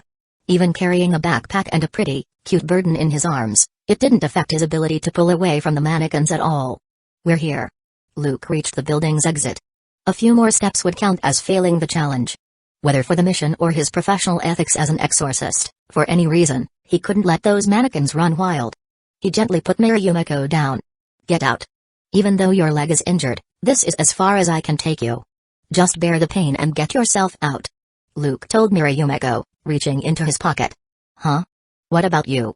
Yumiko heard this and asked worriedly. Me? Of course, I have to deal with those things behind us. Can't let them get out, otherwise, more people would get hurt or possibly die.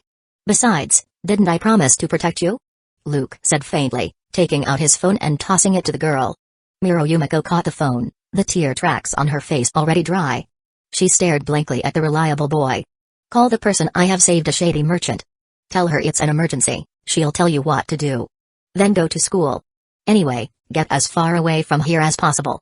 Luke saw the dazed Yumiko and couldn't help but frown and snap. What are you standing there for? Hurry up, run outside and make the call. Thank you. Yumiko bit her lip, whispering softly. She frantically took out the phone and stumbled away. Remember, you must call, and then get as far away as possible. Luke reminded her again. He then turned his head to look at the mannequins that had already come down, pressing a hand to his heart. It's been a long time since I used my trump card. No idea if I can take them all out. Chapter 14, Wing Chun, Master Meow. Luke lightly pressed his hand against his heart. Hidden there was his greatest trump card, the most powerful talisman among all exorcism talismans. Exorcism talismans were the most important reward he had received from the system. No, the most important was actually the first reward, the newbie starter pack that gave him Maza and Annie Lenhart. Even though the two of them had drained his constitution from its former 13 points down to the current 10. Okay, yesterday it had already been drained down to 9 points. But regardless, Maza and Annie Lenhart, who were like family, were the most important, without a doubt. And the second most important were the talismans. Talismans were the reward he received from his first exorcist occupation mission. They were versatile and renewable. The categories of exorcism talismans were, Evil Spirit Detection Talisman, the ones installed at Yumiko's house, max limit, 50, regeneration time, 0.5 days per talisman. Curse Removal Talisman, the one given to Yumiko, max limit, 5, regeneration time, 15 days per talisman. Evil Spirit Extermination Talisman, the one scattered when surrounded by mannequins, max limit, 20, regeneration time, 1 days per talisman. Resentful Spirit or Stronger Evil Spirit Detection Talisman, the one that burned before entering the building, max limit, 2, regeneration time, 10 days per talisman. And the only powerful talisman with a negative effect, Sacrificing Life Force to gain power, max limit, 1, regeneration time 1 year. Luke suppressed the fluctuations in his mood. Having experienced many battles, he no longer felt the initial fear he once had when facing evil spirits. However, this time he was really going to feel heartache, not the kind from wasting hawk blood, but physical heartache. Luke inwardly groaned. The pain from using this talisman a year ago still lingered in his memory. Watching the blonde girl gradually disappear from his sight, Luke turned back. The mannequins relentlessly approached, their plastic bodies continuously emitting creaking sounds. Except for their features, hair, and body color, the numerous mannequins, incredibly similar to normal humans, flexibly strode forward, gradually closing in on his position.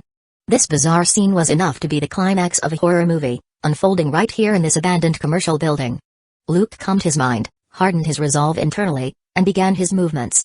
Slowly sinking into a horse stance, Luke clenched his fists with 4 fingers, thumbs lightly raised, and tapped forcefully on both temples' open eyes. Retracting his thumbs, revealing his index and middle fingers, he gently bent them, crossed his arms, and placed his fingers on the shoulder acupoints of the opposite sides ignite fire. His left hand clasped over his heart, his right hand clenched into a fist, and he struck it heavily break curse. With his strike, the incantation hidden within his heart began to surface on his body, spreading towards his limbs and head. Waiting for the incantation to spread. Yumiko should be gone by now. He checked again, confirming Yumiko was truly out of sight. He finally relaxed. Now no one could hold him back. Turning back, he clenched both fists and suddenly roared, 8 inner gates. Gate of Death, open. Finally, no one could interrupt him from shouting the move name. Finally, no one else was around. After Yumiko was far away, his remaining sense of shame finally allowed him to shout this embarrassing move name. The last time he used this talisman, he couldn't shout it because someone was nearby. This time, his wish was finally fulfilled. However, looking at the bald heads of the mannequins, Luke felt that the 8 inner gates was somewhat inappropriate, and the Gate of Death sounded a bit unlucky. Luke pinched his chin, thought for a moment, made up his mind, and spoke again. I retract my previous statement. This is my ultimate move. Take this, Frieza. Next up is the 20xk Icon. As he satisfyingly shouted the move name 20xk Icon. Fueled by his soaring emotions, the incantations on his body swept across him faster and faster, quickly covering his entire form. The power of this incantation relied on various aspects of the human body. Basic physical quality was its foundation, heightened emotions determined its activation speed and duration. Luke felt his strength and agility increase. His drained constitution gradually recovered, and his spirit soared rapidly. His toes tapped lightly on the floor. His body felt as light as a falling feather. Luke's mind was crystal clear, the surroundings, including everything behind him, seemed imprinted in his mind. Everything around him was perfectly clear. The mannequins unconsciously stopped their steps. The disgusting creaking sounds ceased abruptly. The abandoned commercial building returned to silence. The reason they stopped was because Luke had changed. In their worldview, The light emanating from Luke, previously like a candle flame, had now become a raging inferno in their eyes, illuminating the surrounding darkness. Just getting close felt scorchingly hot. And now, this flame was no longer avoiding them, the fire was spreading towards them. Luke lightly tapped his palm on a nearby mannequin. The incantations on his body spread like ink dropped into water, dyeing the mannequin. He who touches pitch shall be defiled. The incantations wrapped around the souls inside the mannequins, strangling them one by one. Like a wolf among sheep, he was invincible. These mannequins, who were acting so arrogantly just moments ago, could now only circle around him hesitantly, afraid to approach. And as their comrades fell one by one around them, they abandoned their struggle and scattered, trying to flee. But, all of this? Trying to run now? Too late. Luke pressed his palms together, concentrating half of his remaining incantations, and slammed his hands onto the ground. A spiderweb formed of incantations enveloped all the remaining mannequins. The black incantations seemed like gates to hell, extending countless tendrils that devoured the souls within the remaining mannequin bodies completely. Phew. Luke wiped the sweat from his brow, scanned his surroundings, and saw no more living mannequins. But the challenge wasn't over yet. He had less than half of the incantation power left. He took a step and headed upstairs. His superhuman spiritual sense guided him. After climbing 2 flights of stairs, his senses told him that a powerful evil spirit was getting closer. On the 4th floor lobby, Luke looked at the doll hiding the powerful evil spirit before him. It was currently being held in the mouth of a calico cat. Luke stared at this strange combination. The feeling of malice coming from the blonde doll confirmed it was the boss of this challenge.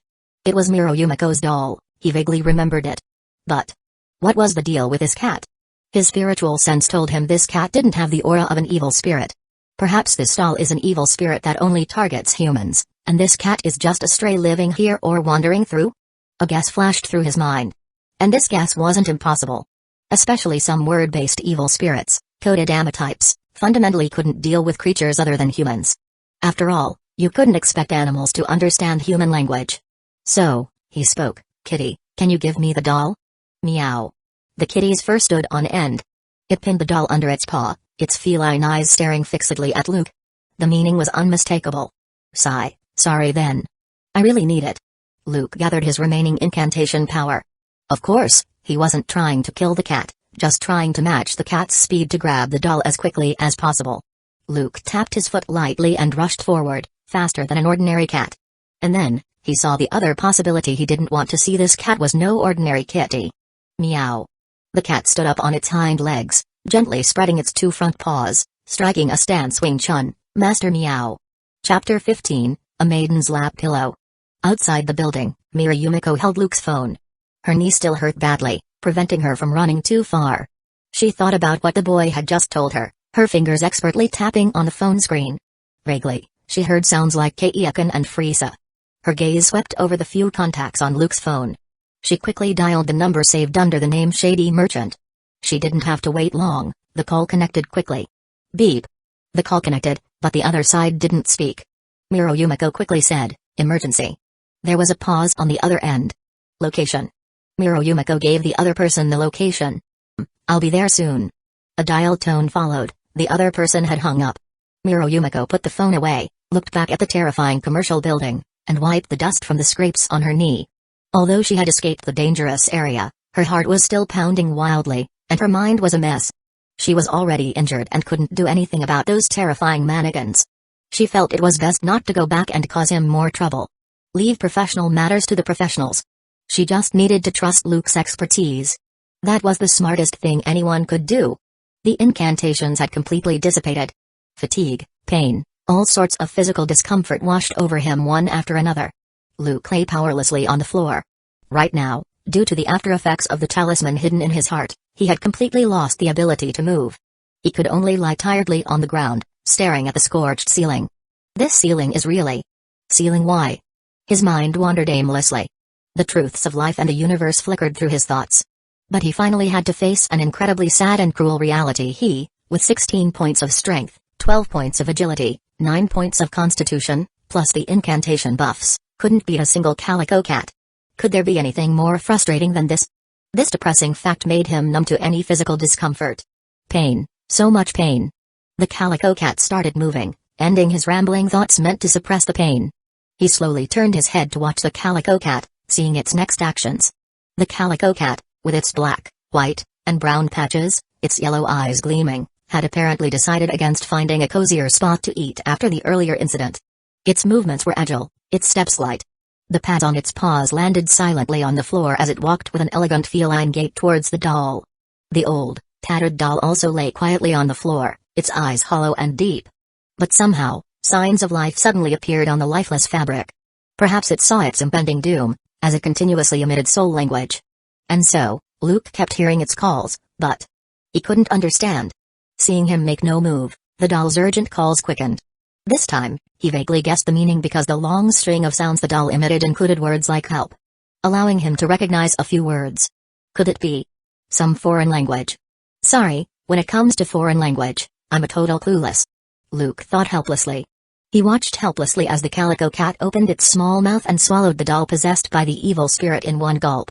The doll seemed to struggle the moment it was swallowed, but soon, that evil aura was neutralized by the calico cat's power. Instantly, the oppressive feeling that had weighed down the surroundings vanished. The world seemed to have put on peaceful clothes again. He vaguely understood some of the inside story. Yumeko had been able to live a seemingly normal life for so long despite the doll's influence. There wasn't some deep reason for it. It was simply because they couldn't communicate due to the language barrier. This communication obstacle had unexpectedly helped Yumeko avoid all potential crises. As for the doll being able to call out Yumeko's name, it seemed like it was just mimicking human speech it had overheard, like a baby babbling. Additionally, because the evil spirit possessed this doll, all its malice was hidden, which was why he hadn't noticed anything unusual when he visited the mirror house before. The reason for its sudden outburst today was likely because the doll received a power boost from his event card, or perhaps this environment, which allowed many mannequins to become spiritual vessels, had strengthened its abilities. Anyway, the foreign-speaking doll met its demise today. Notification: event card mission progress has ended. Your challenge is complete. You have received a reward item, magical cat pendant. Cat pendant? He looked carefully at the calico cat that had swallowed the doll. Mimi, having devoured the evil spirit doll, staggered a couple of steps, then curled up on the floor as if drunk. Closing its big yellow eyes, it rested its small head gently on its soft paws and fell into a comfortable sleep, cute snores escaping its nose and mouth. Luke breathed a sigh of relief. At least it wasn't an enemy in the challenge mission. He should be safe now. His thoughts settled. In that moment of distraction, the cat before him vanished, replaced by a pendant lying face down on the floor. My reward. Luke instantly realized. He wanted to go pick it up, but he forgot. His body couldn't move at all. Hiss. The pain shooting through his body made him suck in a sharp breath. He had to temporarily abandon the thought of moving. In the silent building, he heard the clack-clack of human footsteps on the floor above. Luke suddenly panicked. Could it be that shady merchant had arrived? If that person found the pendant, she'd definitely try to extort him. Are you okay? A soft voice spoke, and a shadow blocked his view. Ah, it's Mira. Luke replied, seeing the blonde hair falling beside his face. Didn't I tell you to leave? Weren't you afraid it was still dangerous here? Hey. My leg doesn't hurt anymore. I don't want to be a complete burden. Yumeko's face flushed red, her voice rising slightly. See, I'm useful now. Do you need me to help you up? Don't. Luke quickly yelled. My whole body hurts like hell right now, don't you move me. Oh, okay. Yumeko's voice softened again. Right, is your knee okay? Luke looked at Yumeko's knee as she crouched beside him, simultaneously noticing something he shouldn't have seen. It's fine. Yumeko murmured, barely audible. Silence fell for a moment. Hey. Yumeko looked at the dazed Luke, thought for a second, then suddenly realized something, angrily pulling down her short skirt, covering the beautiful scenery. Pink. Feeling rude, Luke quickly averted his gaze. Ahem, could you grab that pendant over there for me? That's mine. Yumeko shot him a fierce glare, walked over, picked up the cat pendant, and tossed it into his hand. Magical cat pendant, passive 1, cat's agility. When wearing this pendant, ignore attribute limits and gain an additional +3 agility. Passive 2, cat's grace. When wearing this pendant, ignore attribute limits and gain an additional +3 spirit. Active, summon Mimi. You can actively summon this magical cat. It possesses powerful spiritual senses and can deal with evil ghosts. It has profound martial arts skills and can punish wicked people. But be warned, after summoning it, you must pay a hefty price, otherwise, it will leave you price, 1 cat treat stick or a can of cat food, or something else that satisfies it. My god, such an expensive price. Sarcasm. Yumeko crossed her arms, looking away. But seeing Luke shaking his head on the floor, she still asked, "What's wrong with that head of yours, full of rubbish thoughts?" Luke put away his joy from obtaining a high-quality item and replied to her, "Oh, side effect of the exorcism. My head hurts all over, and this floor is too hard. Just have to move my head to a different spot on the ground to lessen the pain." "Serves you right." Yumiko huffed. "Ouch. How disheartening." Luke pouted and continued to move his head. "Do you need your backpack to cushion it?" Yumiko asked. "Forget it, the backpack isn't exactly soft either," Luke said painfully. Yumiko bit her dry lips. He looked puzzled at Yumiko, who had crouched beside him again. Yumiko gently lifted his head, placed the backpack under her knees, then knelt on it. Placing her hands behind his head, she lifted it with extreme care. And so, Luke felt his head resting on something soft, fragrant, and gentle. The pain lessened significantly. "So comfortable," he muttered to himself. "Shut your stupid mouth, or I'll throw your head out." Yumiko continued fiercely. But her eyes darted side to side, and combined with her shy expression, her fierce words didn't match at all. Strangely, he felt a little shy too. He obediently closed his mouth, enjoying the rare moment of peace. Chapter 16, Location, Have Goods, Come Quick. On the 4th floor of the commercial building, the surroundings were exceptionally quiet, giving a rare sense of peace. Luke lay on Yumiko's lap. The soft, warm touch, along with the faint girlish fragrance, was it his imagination? Gradually eased the fatigue from the intense battle, bringing a comfortable relaxation. Even though waves of pain still pulsed through his body, the long-accumulated exhaustion washed over him too, making his thoughts drift into emptiness. Yumiko looked down at Luke resting on her legs, her expression inexplicably complex. Her legs must be really comfortable as a pillow, Yumiko thought randomly. She was quite confident about the figure she had developed through tennis training. After all, she had put in a lot of effort for beauty, elegance, confidence, and all those other virtues. Ugh! Yumiko suddenly pushed her own head with her hand. Her mind snapped back. What kind of nonsensical things was she just thinking? And why was she letting a guy who wasn't even a friend or acquaintance, practically an enemy, rest on her lap? Although, he did save her. Just this once. If he dares tell anyone about this, I'll definitely make him pay. Yumiko nodded firmly, having made up her mind. She looked down at the boy, who was still frowning even in sleep, and mischievously reached out a finger. "This is for bullying me during tennis. This is for scaring me in front of the mannequins just now." Yumiko playfully poked and pinched his face. His face, like putty, inexplicably lifted her spirits. "Yo. Bad timing on my part, huh?" A voice suddenly sounded from behind them. "Yeah." Yumiko shrieked, scrambling to her feet on numb legs. But, the boy went flying off. "Ouch!" Luke rolled over, crying out in pain. A woman dressed in a witch-like skirt looked on with interest. "Oh my, was I perhaps intruding?" Hearing that voice, Luke immediately cursed, "You damn shady merchant, showing up so late. Were you planning to collect my corpse?" "Oh. Looks like I came too early, interrupting your sweet moment with your little girlfriend." The shady merchant woman held up a heavily decorated mirror, glancing left and right. She didn't see anything unusual, looked like the situation here had been resolved quite perfectly. "Yes, you came too early. I wasn't done lying there yet." Luke wanted to kill the shady merchant with a death glare. No. We're not like that." Yumiko quickly refuted. "Oh, hello. My name is Kazekage." The shady merchant, named Kazekage, nonchalantly took off her gloves and extended a hand towards Yumiko. "She's not in the business," Luke reminded her. "Oh, okay." Kazekage clicked her tongue and retracted her hand. Although confused, Yumiko swallowed her questions and shifted her gaze to Luke, who had rolled onto the floor, unsure what to do. "Is there anything I can help you with?" "No need to rush, I'll help your little boyfriend first." Kazekage started taking things out of the suitcase she brought. "You use that talisman, right?" "Yes," Luke replied. "Hey. I told you, we're not like that." Yumiko reminded her again. "Alright then." Kazekage took out a bottle of water, added something to it, shook it gently twice, and casually tossed it to the blonde girl. "Feed this to him first." Yumiko looked warily at the cloudy water. "What did you put in there?" Kazekage didn't answer, but Luke called out to the wary girl, "Don't worry about it, just let me drink it." He really didn't want to know what was added. When dealing with things in this line of work, anything that defied common sense or broke psychological boundaries could exist. He just wanted to drink it down like a simple, not so tasty beverage. "Okay." Yumiko slowly lifted his head and placed the bottle's mouth to his lips. Gulp, gulp. Luke squeezed his eyes shut, held his breath, and downed the entire bottle in one go.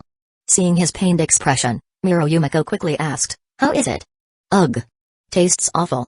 Luke grimaced, wiping his mouth. If he had to describe this damn stuff, it was like bleh. Luke dry heaved again. "Forget it, better not dwell on the taste. You can move your body now?" Yumiko quickly noticed his condition. A 500,000 yen item should at least have this much effect. Kazekage chuckled, putting away the tools she used to inspect the surroundings and strolling over to him. "Feeling better? Can you tell me what happened?" Her eyes glanced towards Yumiko. Luke rubbed his aching body. "Yeah, she was involved too, so I'll just tell you directly. I still have to go to school later." "Quite dedicated." Kazekage chuckled again. And so, Luke recounted the series of not-so-complicated events to her, not even hiding the part about the Kung Fu cat. Kazekage listened to the entire process with a serious expression, pondering for a moment. "So, basically, we need to investigate the origin of these mannequins, and that strange cat and doll." "Yes." Luke nodded. "And also check out the fire that happened here before, see if there's any connection." Kazekage nodded, then looked at the pendant in his hand. "Can I see it?" "That pendant?" Luke casually tossed it to her, warning sternly, "That's mine, don't even think about taking it." Kazekage glanced at him, took off her glove again, and ran her palm over the pendant. After a moment, she tossed it back. "Doesn't look like there's any problem. Since you want it, you can have it." He slowly hung the pendant around his neck. Having dealt with her a few times, Luke knew her quirks and wouldn't fall into her traps. "What do you mean I want it? It was mine to begin with. Stop trying to get favors for the price of the spiritual vessels later. Just bill me the market price, I won't give you a single yen discount." "TCH." Kazekage pouted. "No trust at all. How disheartening. Cut the crap. Remember to transfer the money to me. The rest is up to you. I need to get back to school." Luke wasn't buying her act. He picked up his backpack and said to Yumiko, "Stop staring, let's go." "Aren't you going to school?" Yumiko quickly responded, Oh. They walked out of the commercial building. Kazekage made a call. 2 trucks. Location, have goods, come quick. Watching her, Luke didn't linger either, already thinking about how to explain this to his teacher. On the way to school, Luke and Yumiko walked one behind the other, both looking down, lost in their own thoughts. Chapter 17, Hayatsuka Shizuka still comes out on top. Almost at school. Yumiko, who had been following behind Luke, suddenly quickened her pace and closed the distance. "Hey. She began softly. "What's wrong?" Luke glanced at her. Yumiko looked away, avoiding his gaze, yet her tone was very sincere. "Thank you very much for your help this time. And also, I doubted your professionalism before, and this time I even got you so seriously injured. I'm really sorry." Luke turned his body to face Yumiko directly. "Don't worry too much about it. It's my duty." The wind rustling the leaves felt cool. Luke's thoughts cleared a bit, and he continued, "Besides, I took money from your mother, and you are my classmate. Logically and emotionally, I should protect you." "Oh." Yumiko's thoughts had been chaotic all day, she didn't know what to say. "If you really want to thank me, could you please do me a favor?" "What is it?" Yumiko turned her head back. Her gaze was so intense that it made him look away. Just come up with an excuse for being late. Don't tell the teacher or other classmates about this incident." "Why?" Yumiko asked the question that had been lurking in her mind for a long time. "If ghosts really exist, why don't you announce it, let everyone know?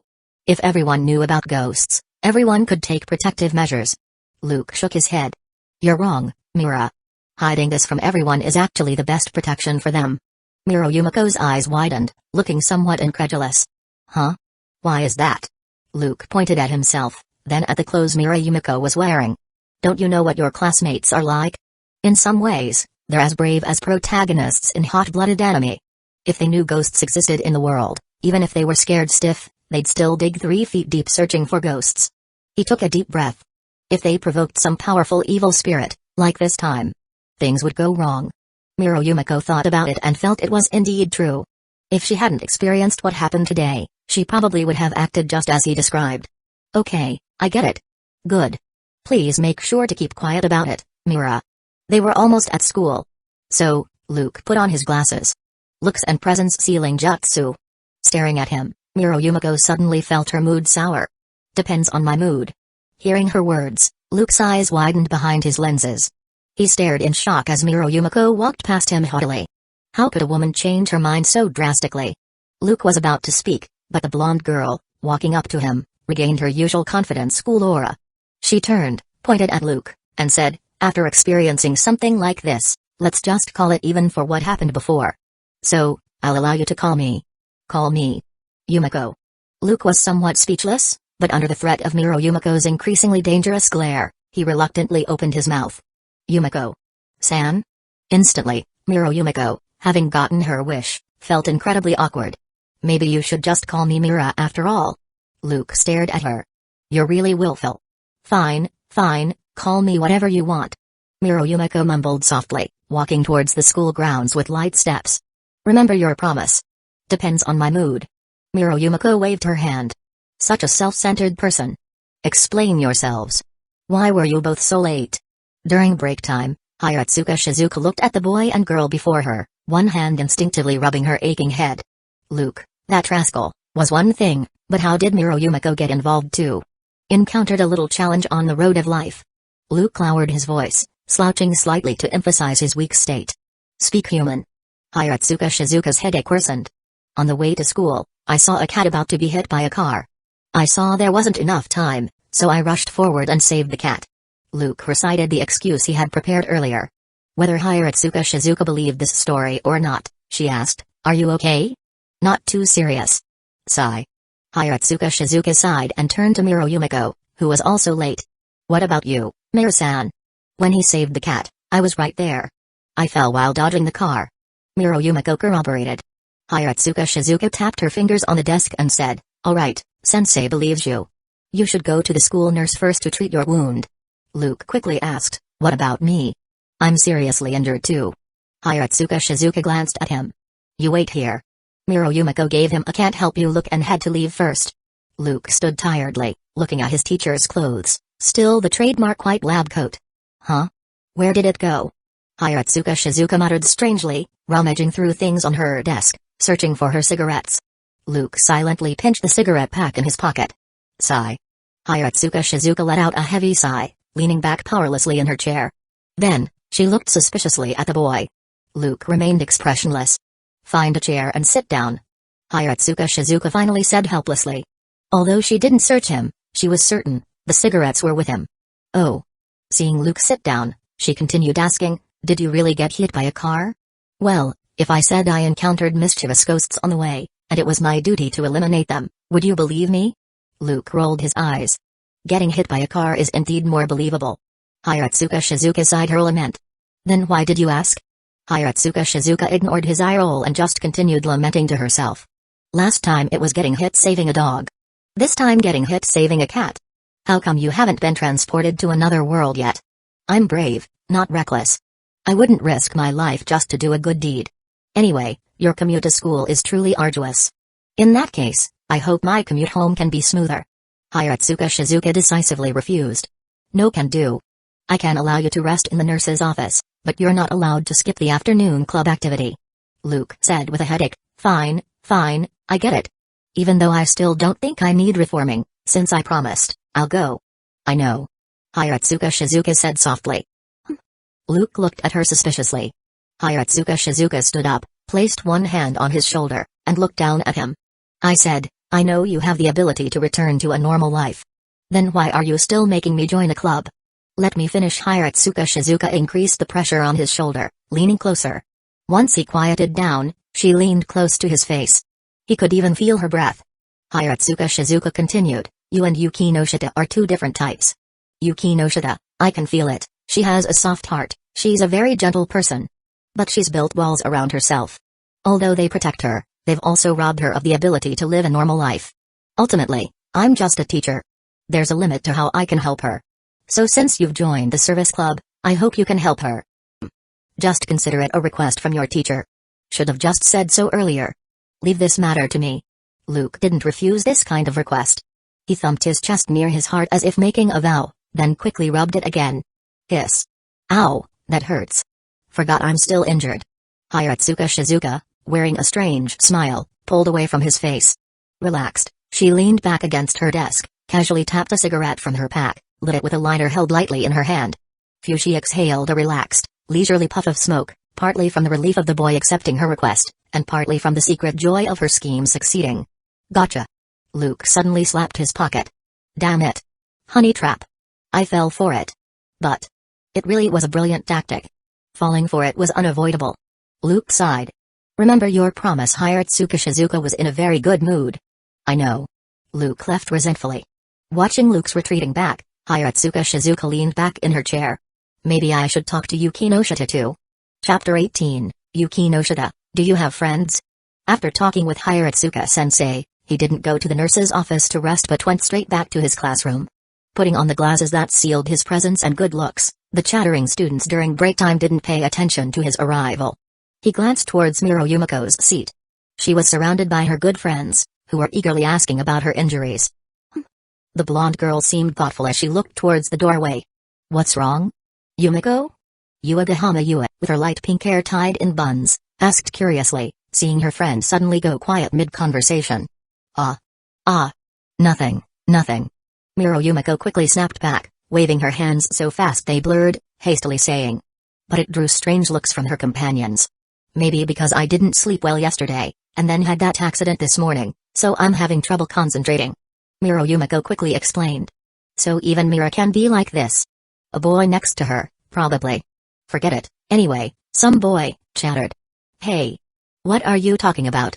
Miro Yumiko reverted to her usual, slightly aggressive state. Luke withdrew his gaze and returned to his seat. Miro Yumiko should keep her promise. He glanced at the classmate in front of him, who was also doing nothing, and took out his phone.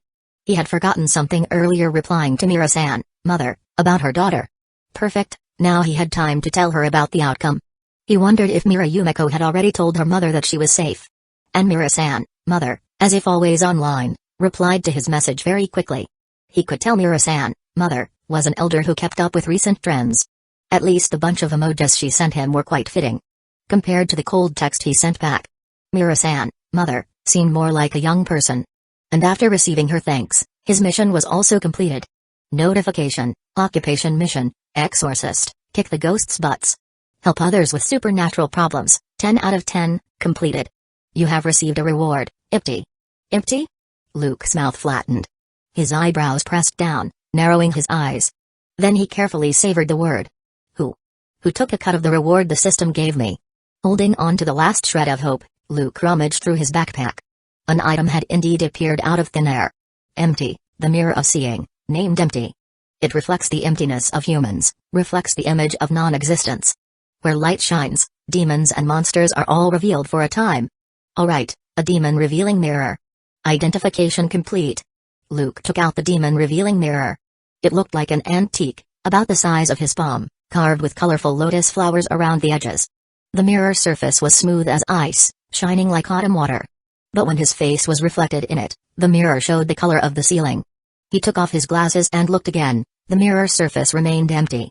Gently turning it over, Luke put the mirror away and continued looking at the system. It had issued him a new occupation mission, exorcist, kick the ghosts' butts. Help others with supernatural problems, 0 out of 20. Great, an endless cycle of repeating missions. Luke speechlessly closed the system panel. He had thought there might be a new type of mission, but it was just the same old thing repackaged. From his very first exorcist mission to the current one requiring solving 20 supernatural problems, it was basically a constant cycle of 10 or 20 progress points. But it was fine. Better than some stupid mission asking him to exorcise some so-called ghost god. The class bell rang.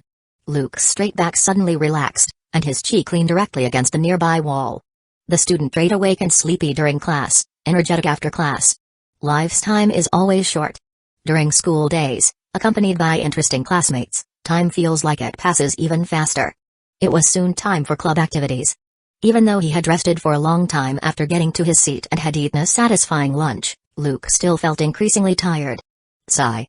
He pushed himself up, gently exhaling through his nose. He didn't know how long this state would last.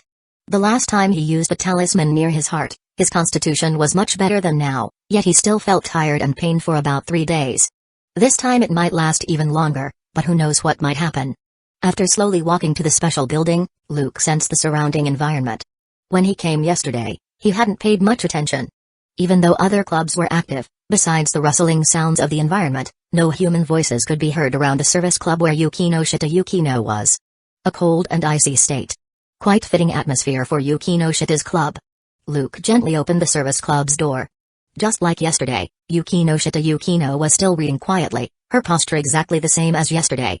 Her gaze shifted over, like a wild beast guarding its territory, scrutinizing him for a moment with icy eyes. Then, the next instant, her gaze returned to her book. Cold as a blade, completely different from Mira's fiery feeling. Luke vaguely recalled the sensation of Mira Yumiko's lap pillow. He then quickly shook his head.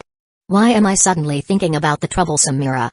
Has that head of yours, capable only of instinctual actions, become impatient to leave your body already? Mr. Paramecium. Yukino Shita Yukino said bluntly. Luke stopped moving, rubbing his aching neck. He could already ignore her mockery. He sat straight down and replied, Good afternoon. Good afternoon. I thought you wouldn't come back. A slight curve appeared on Yukino Shita Yukino's lips. Don't worry. Since I promised Hiratsuka-sensei, I should at least put in some effort, logically and emotionally. That's right. Luke pushed Hiratsuka Shizuka's homework promise to the back of his mind. He was an upright person, he wouldn't be tempted just to write less homework. Is that so? I thought you were a masochist, wanting to come back here despite the harsh words. Yukino Shita Yukino showed no interest in his explanation and continued on her own. If you know your words are so harsh, yet you still speak maliciously, that's truly awful. Luke looked helplessly at Yukino Shita Yukino. Besides, it's worth mentioning, I naturally don't have masochistic tendencies. Could it be that you have sadistic tendencies? Hee hee hee. Yukino Shita Yukino let out a cold laugh, but there was no joy in her eyes. I don't have such lowbrow hobbies as finding amusement in tormenting single-celled organisms. Moreover, my words are correct conclusions inferred from experience and knowledge. Please don't try to evade them. Speaking of which, Yukino Shita Yukino proudly puffed out her chest, full of confidence in herself. Luke rubbed his brow, then looked up at the ice-cold Yukino Shita Yukino. Yukino Shita-san, pardon my asking, but, do you have any friends? Chapter 19, Yukino Shita's Black Tea. Faced with his question, Yukino Shita Yukino, usually as calm as ice, was suddenly at a loss for words. We should probably first define what scope of activity and communication counts as being friends. Luke nodded, understanding everything. So it seems you don't have any friends then. He formed an initial impression of Yukino Shita Yukino. Groups that ate, drank, and played together, gathered during breaks, and eagerly planned hangouts after school or during holidays, those counted as friends. People who didn't contact each other often but worked towards a common goal, only occasionally meeting to discuss experiences, also counted as friends. But clearly, Yukino Shita Yukino, whose social circle was confined to school, was the type who walked alone. Hiratsuka Shizuka's description of Yukino Shita Yukino wasn't wrong. Of course, excluding the adjective gentle. Which didn't fit at all. Did I say I don't have friends? Besides, even if I really don't, it wouldn't be any loss to me, okay? Yukino Shita Yukino retorted coldly. Luke raised the corner of his mouth, casually deflecting the hostile glare the icy girl shot his way. Ah, yes, that's right, it's just like that. Although the words coming from his mouth were ordinary, combined with his inexplicable tone, even the calm Yukino Shita Yukino couldn't help but feel a little breathless. Luke took out his phone, Yukino Shita Yukino picked up her book. Their conversation ended there. The entire classroom returned to Yukino Shita Yukino's previous aura that pushed people thousands of miles away. He took out his phone and started talking with Kazekage. Luke, how's it going? Any related information? Kazekage replied quickly. Kazekage only found out that this place used to be a shopping mall a long time ago, and the fourth floor was indeed where clothes were sold. Besides a major fire happening later, there's no other information. Luke, how many people died? Kazekage, maybe dozens? Not exactly clear. Luke leaned back in his chair, contemplating. For the formation of spiritual vessels, these were indeed uniquely favorable conditions. But for so many mannequins to become spiritual vessels just because of a fire disaster seemed somewhat unbelievable. Love, hate, resentment, departure. Spiritual vessels themselves were curses formed from human thoughts and emotions. What immense negative emotions must have accumulated to create the environment needed for these mannequins to become spiritual vessels?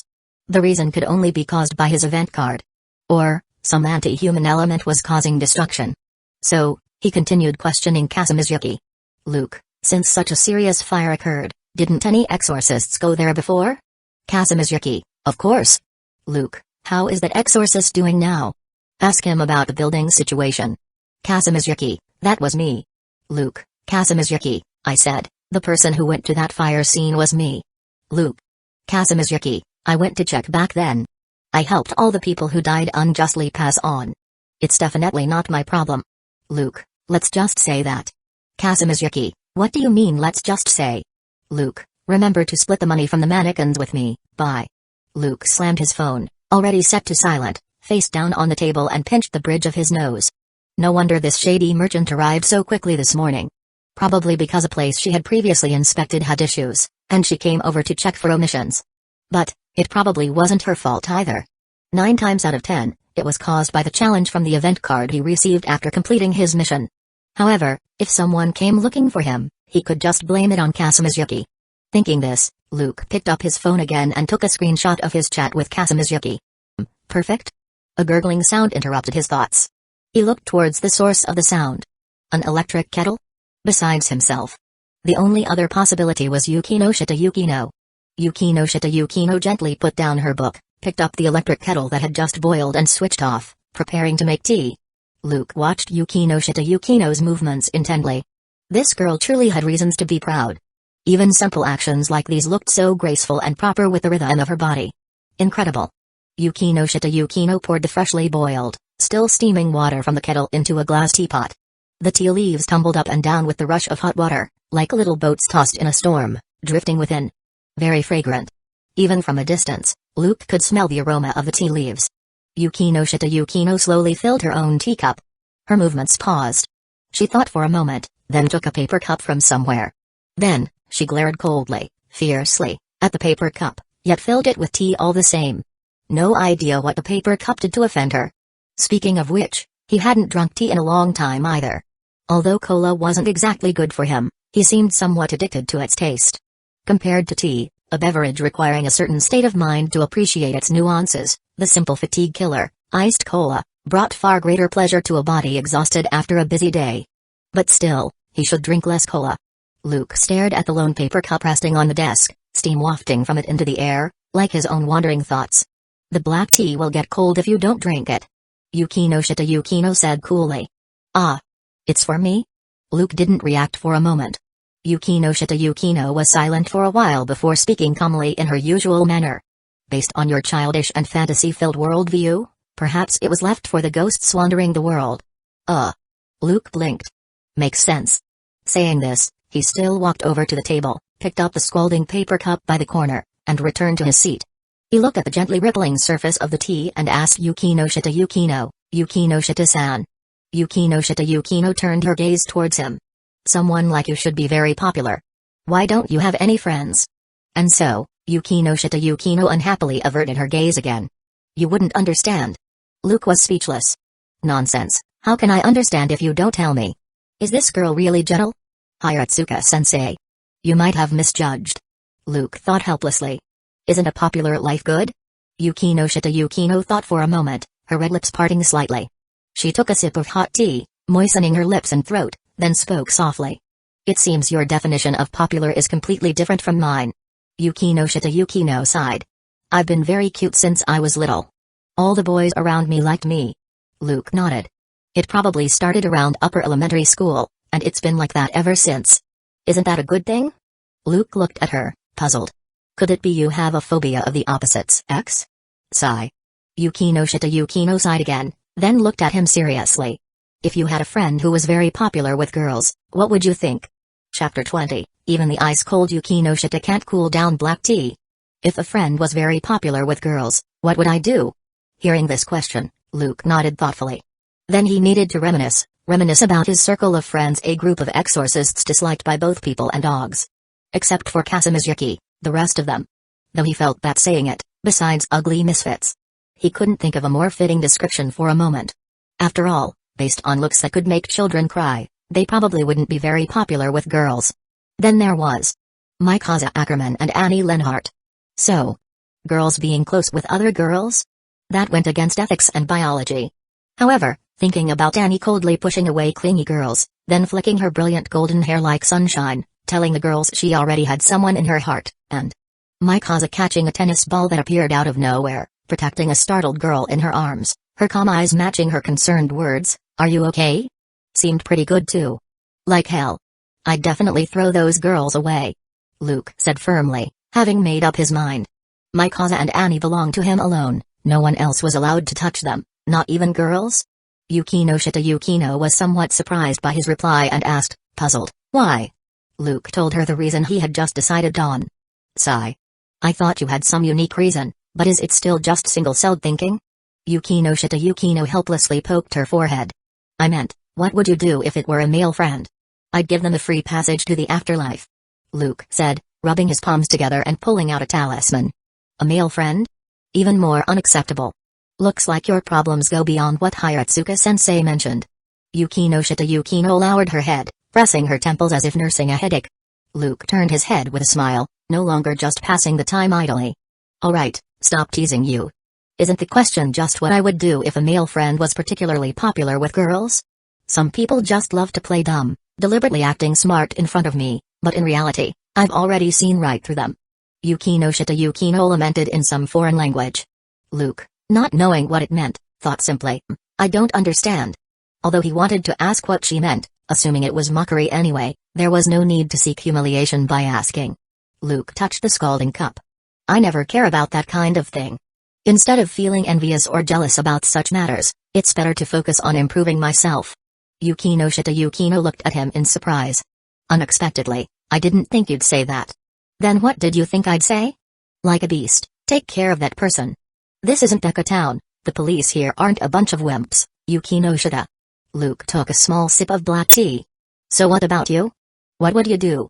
Yukino smiled faintly. "Sorry, as I said before, I've always been the most popular one. To an outsider, this might seem like the best thing ever. But for the person caught in the vortex, it can only be described as a storm disrupting normal life." Luke asked, "Why?" Yukino's smile gradually faded, yet she continued narrating in a flat tone, as if speaking of things that didn't happen to her, because there are always some people who want to prove their existence in alternative ways. In elementary school, my indoor shoes were hidden nearly 60 times. 50 of those times, they were hidden by girls in my class. So the remaining 10 times were done by boys? Luke asked. No, boys hid them 3 times, the teacher bought them twice, and 5 times they were hidden by a dog. A dog? That dog is way too bad. By the way, was it the same dog? Luke grasped the key point. You're focusing on the wrong thing. No, I really want to know this dog's story. But asking Yukino about the dog again would surely lead to mockery, Luke thought firmly. Luke could only move on to the next topic. Then, selling indoor shoes to the teacher? It was others who stole my shoes and sold them to those fools who thought putting their own child in my indoor shoes would make them as smart as me. Because of this, I have to bring my indoor shoes and recorder back and forth every day. Yukino said this with a look of annoyance. Even the well-traveled Luke felt a bit sweaty, saying helplessly, You've certainly had it rough. Hee. But this is also unavoidable. After all, no one is perfect. Humans are weak, and their hearts are ugly. They approach others out of envy, and they get jealous enough of particularly outstanding people to band together and isolate them. Therefore, the more outstanding a person is, the harder their life is. Don't you think it's ironic? So, I want to change the world, change humanity. Seeing the sincerity in Yukino's eyes, her earnest attitude radiating outwards, Luke smiled. He suddenly felt this club was quite good, at least the president was quite interesting. Are you mocking me for overestimating myself? Yukino asked coolly, looking at his smile. Of course not. Luke stood up, remembering Hiratsuka Shizuka's request to him. I think you're amazing. So I'll help you. Sorry, I don't need it. Yukino refused flatly. This person really is a big block of ice. No wonder you have no friends. Luke muttered, picking up the paper cup and opening the door to look left and right. Yukino-san, since no one else is coming, I'll leave a bit early today. I've been clearing my list recently, and I have a client whose house is a bit far. Behind him was still Yukino's cool voice, she was long used to being alone. Please, feel free. Perhaps this was Yukino's attitude. She excelled in academics and character, perfect in many aspects, possessing a unique attraction to both the same and opposite sex. But she wouldn't dim her own light just because of the words and attitudes of those around her. She wouldn't compromise herself to fit into the group, so the group wouldn't have a place for her either. Luke tasted the black tea in the paper cup. It was still very hot. Looks like even the ice-cold Yukinoshita couldn't cool down boiling black tea. A pretty good sentence. I'll write it in my Japanese literature homework next time. You use that talisman? Returning home after work, Luke was interrogated by Maza and Annie. Unable to hide it, Luke could only nod faintly. Yes. Didn't I tell you to this morning? Maza stood up. In that case, you need some food to replenish your nutrients. Ah. No need, this is already plenty rich. Luke quickly stopped Maza. This is already a lot. I really don't want to eat leftovers tomorrow. I can eat them. Maza remained stubborn. Luke cast a pleading look at Annie. The blonde girl gently shook her head. Luke didn't understand her meaning. We're out of meat at home. Annie said faintly. Maza carefully searched the refrigerator, then gave up. Well done. Luke gave Annie a satisfied nod of approval. Whenever Maza saw him get hurt, she would take some unexpected actions. He vaguely remembered the last time he was injured, Maza almost fed him to death.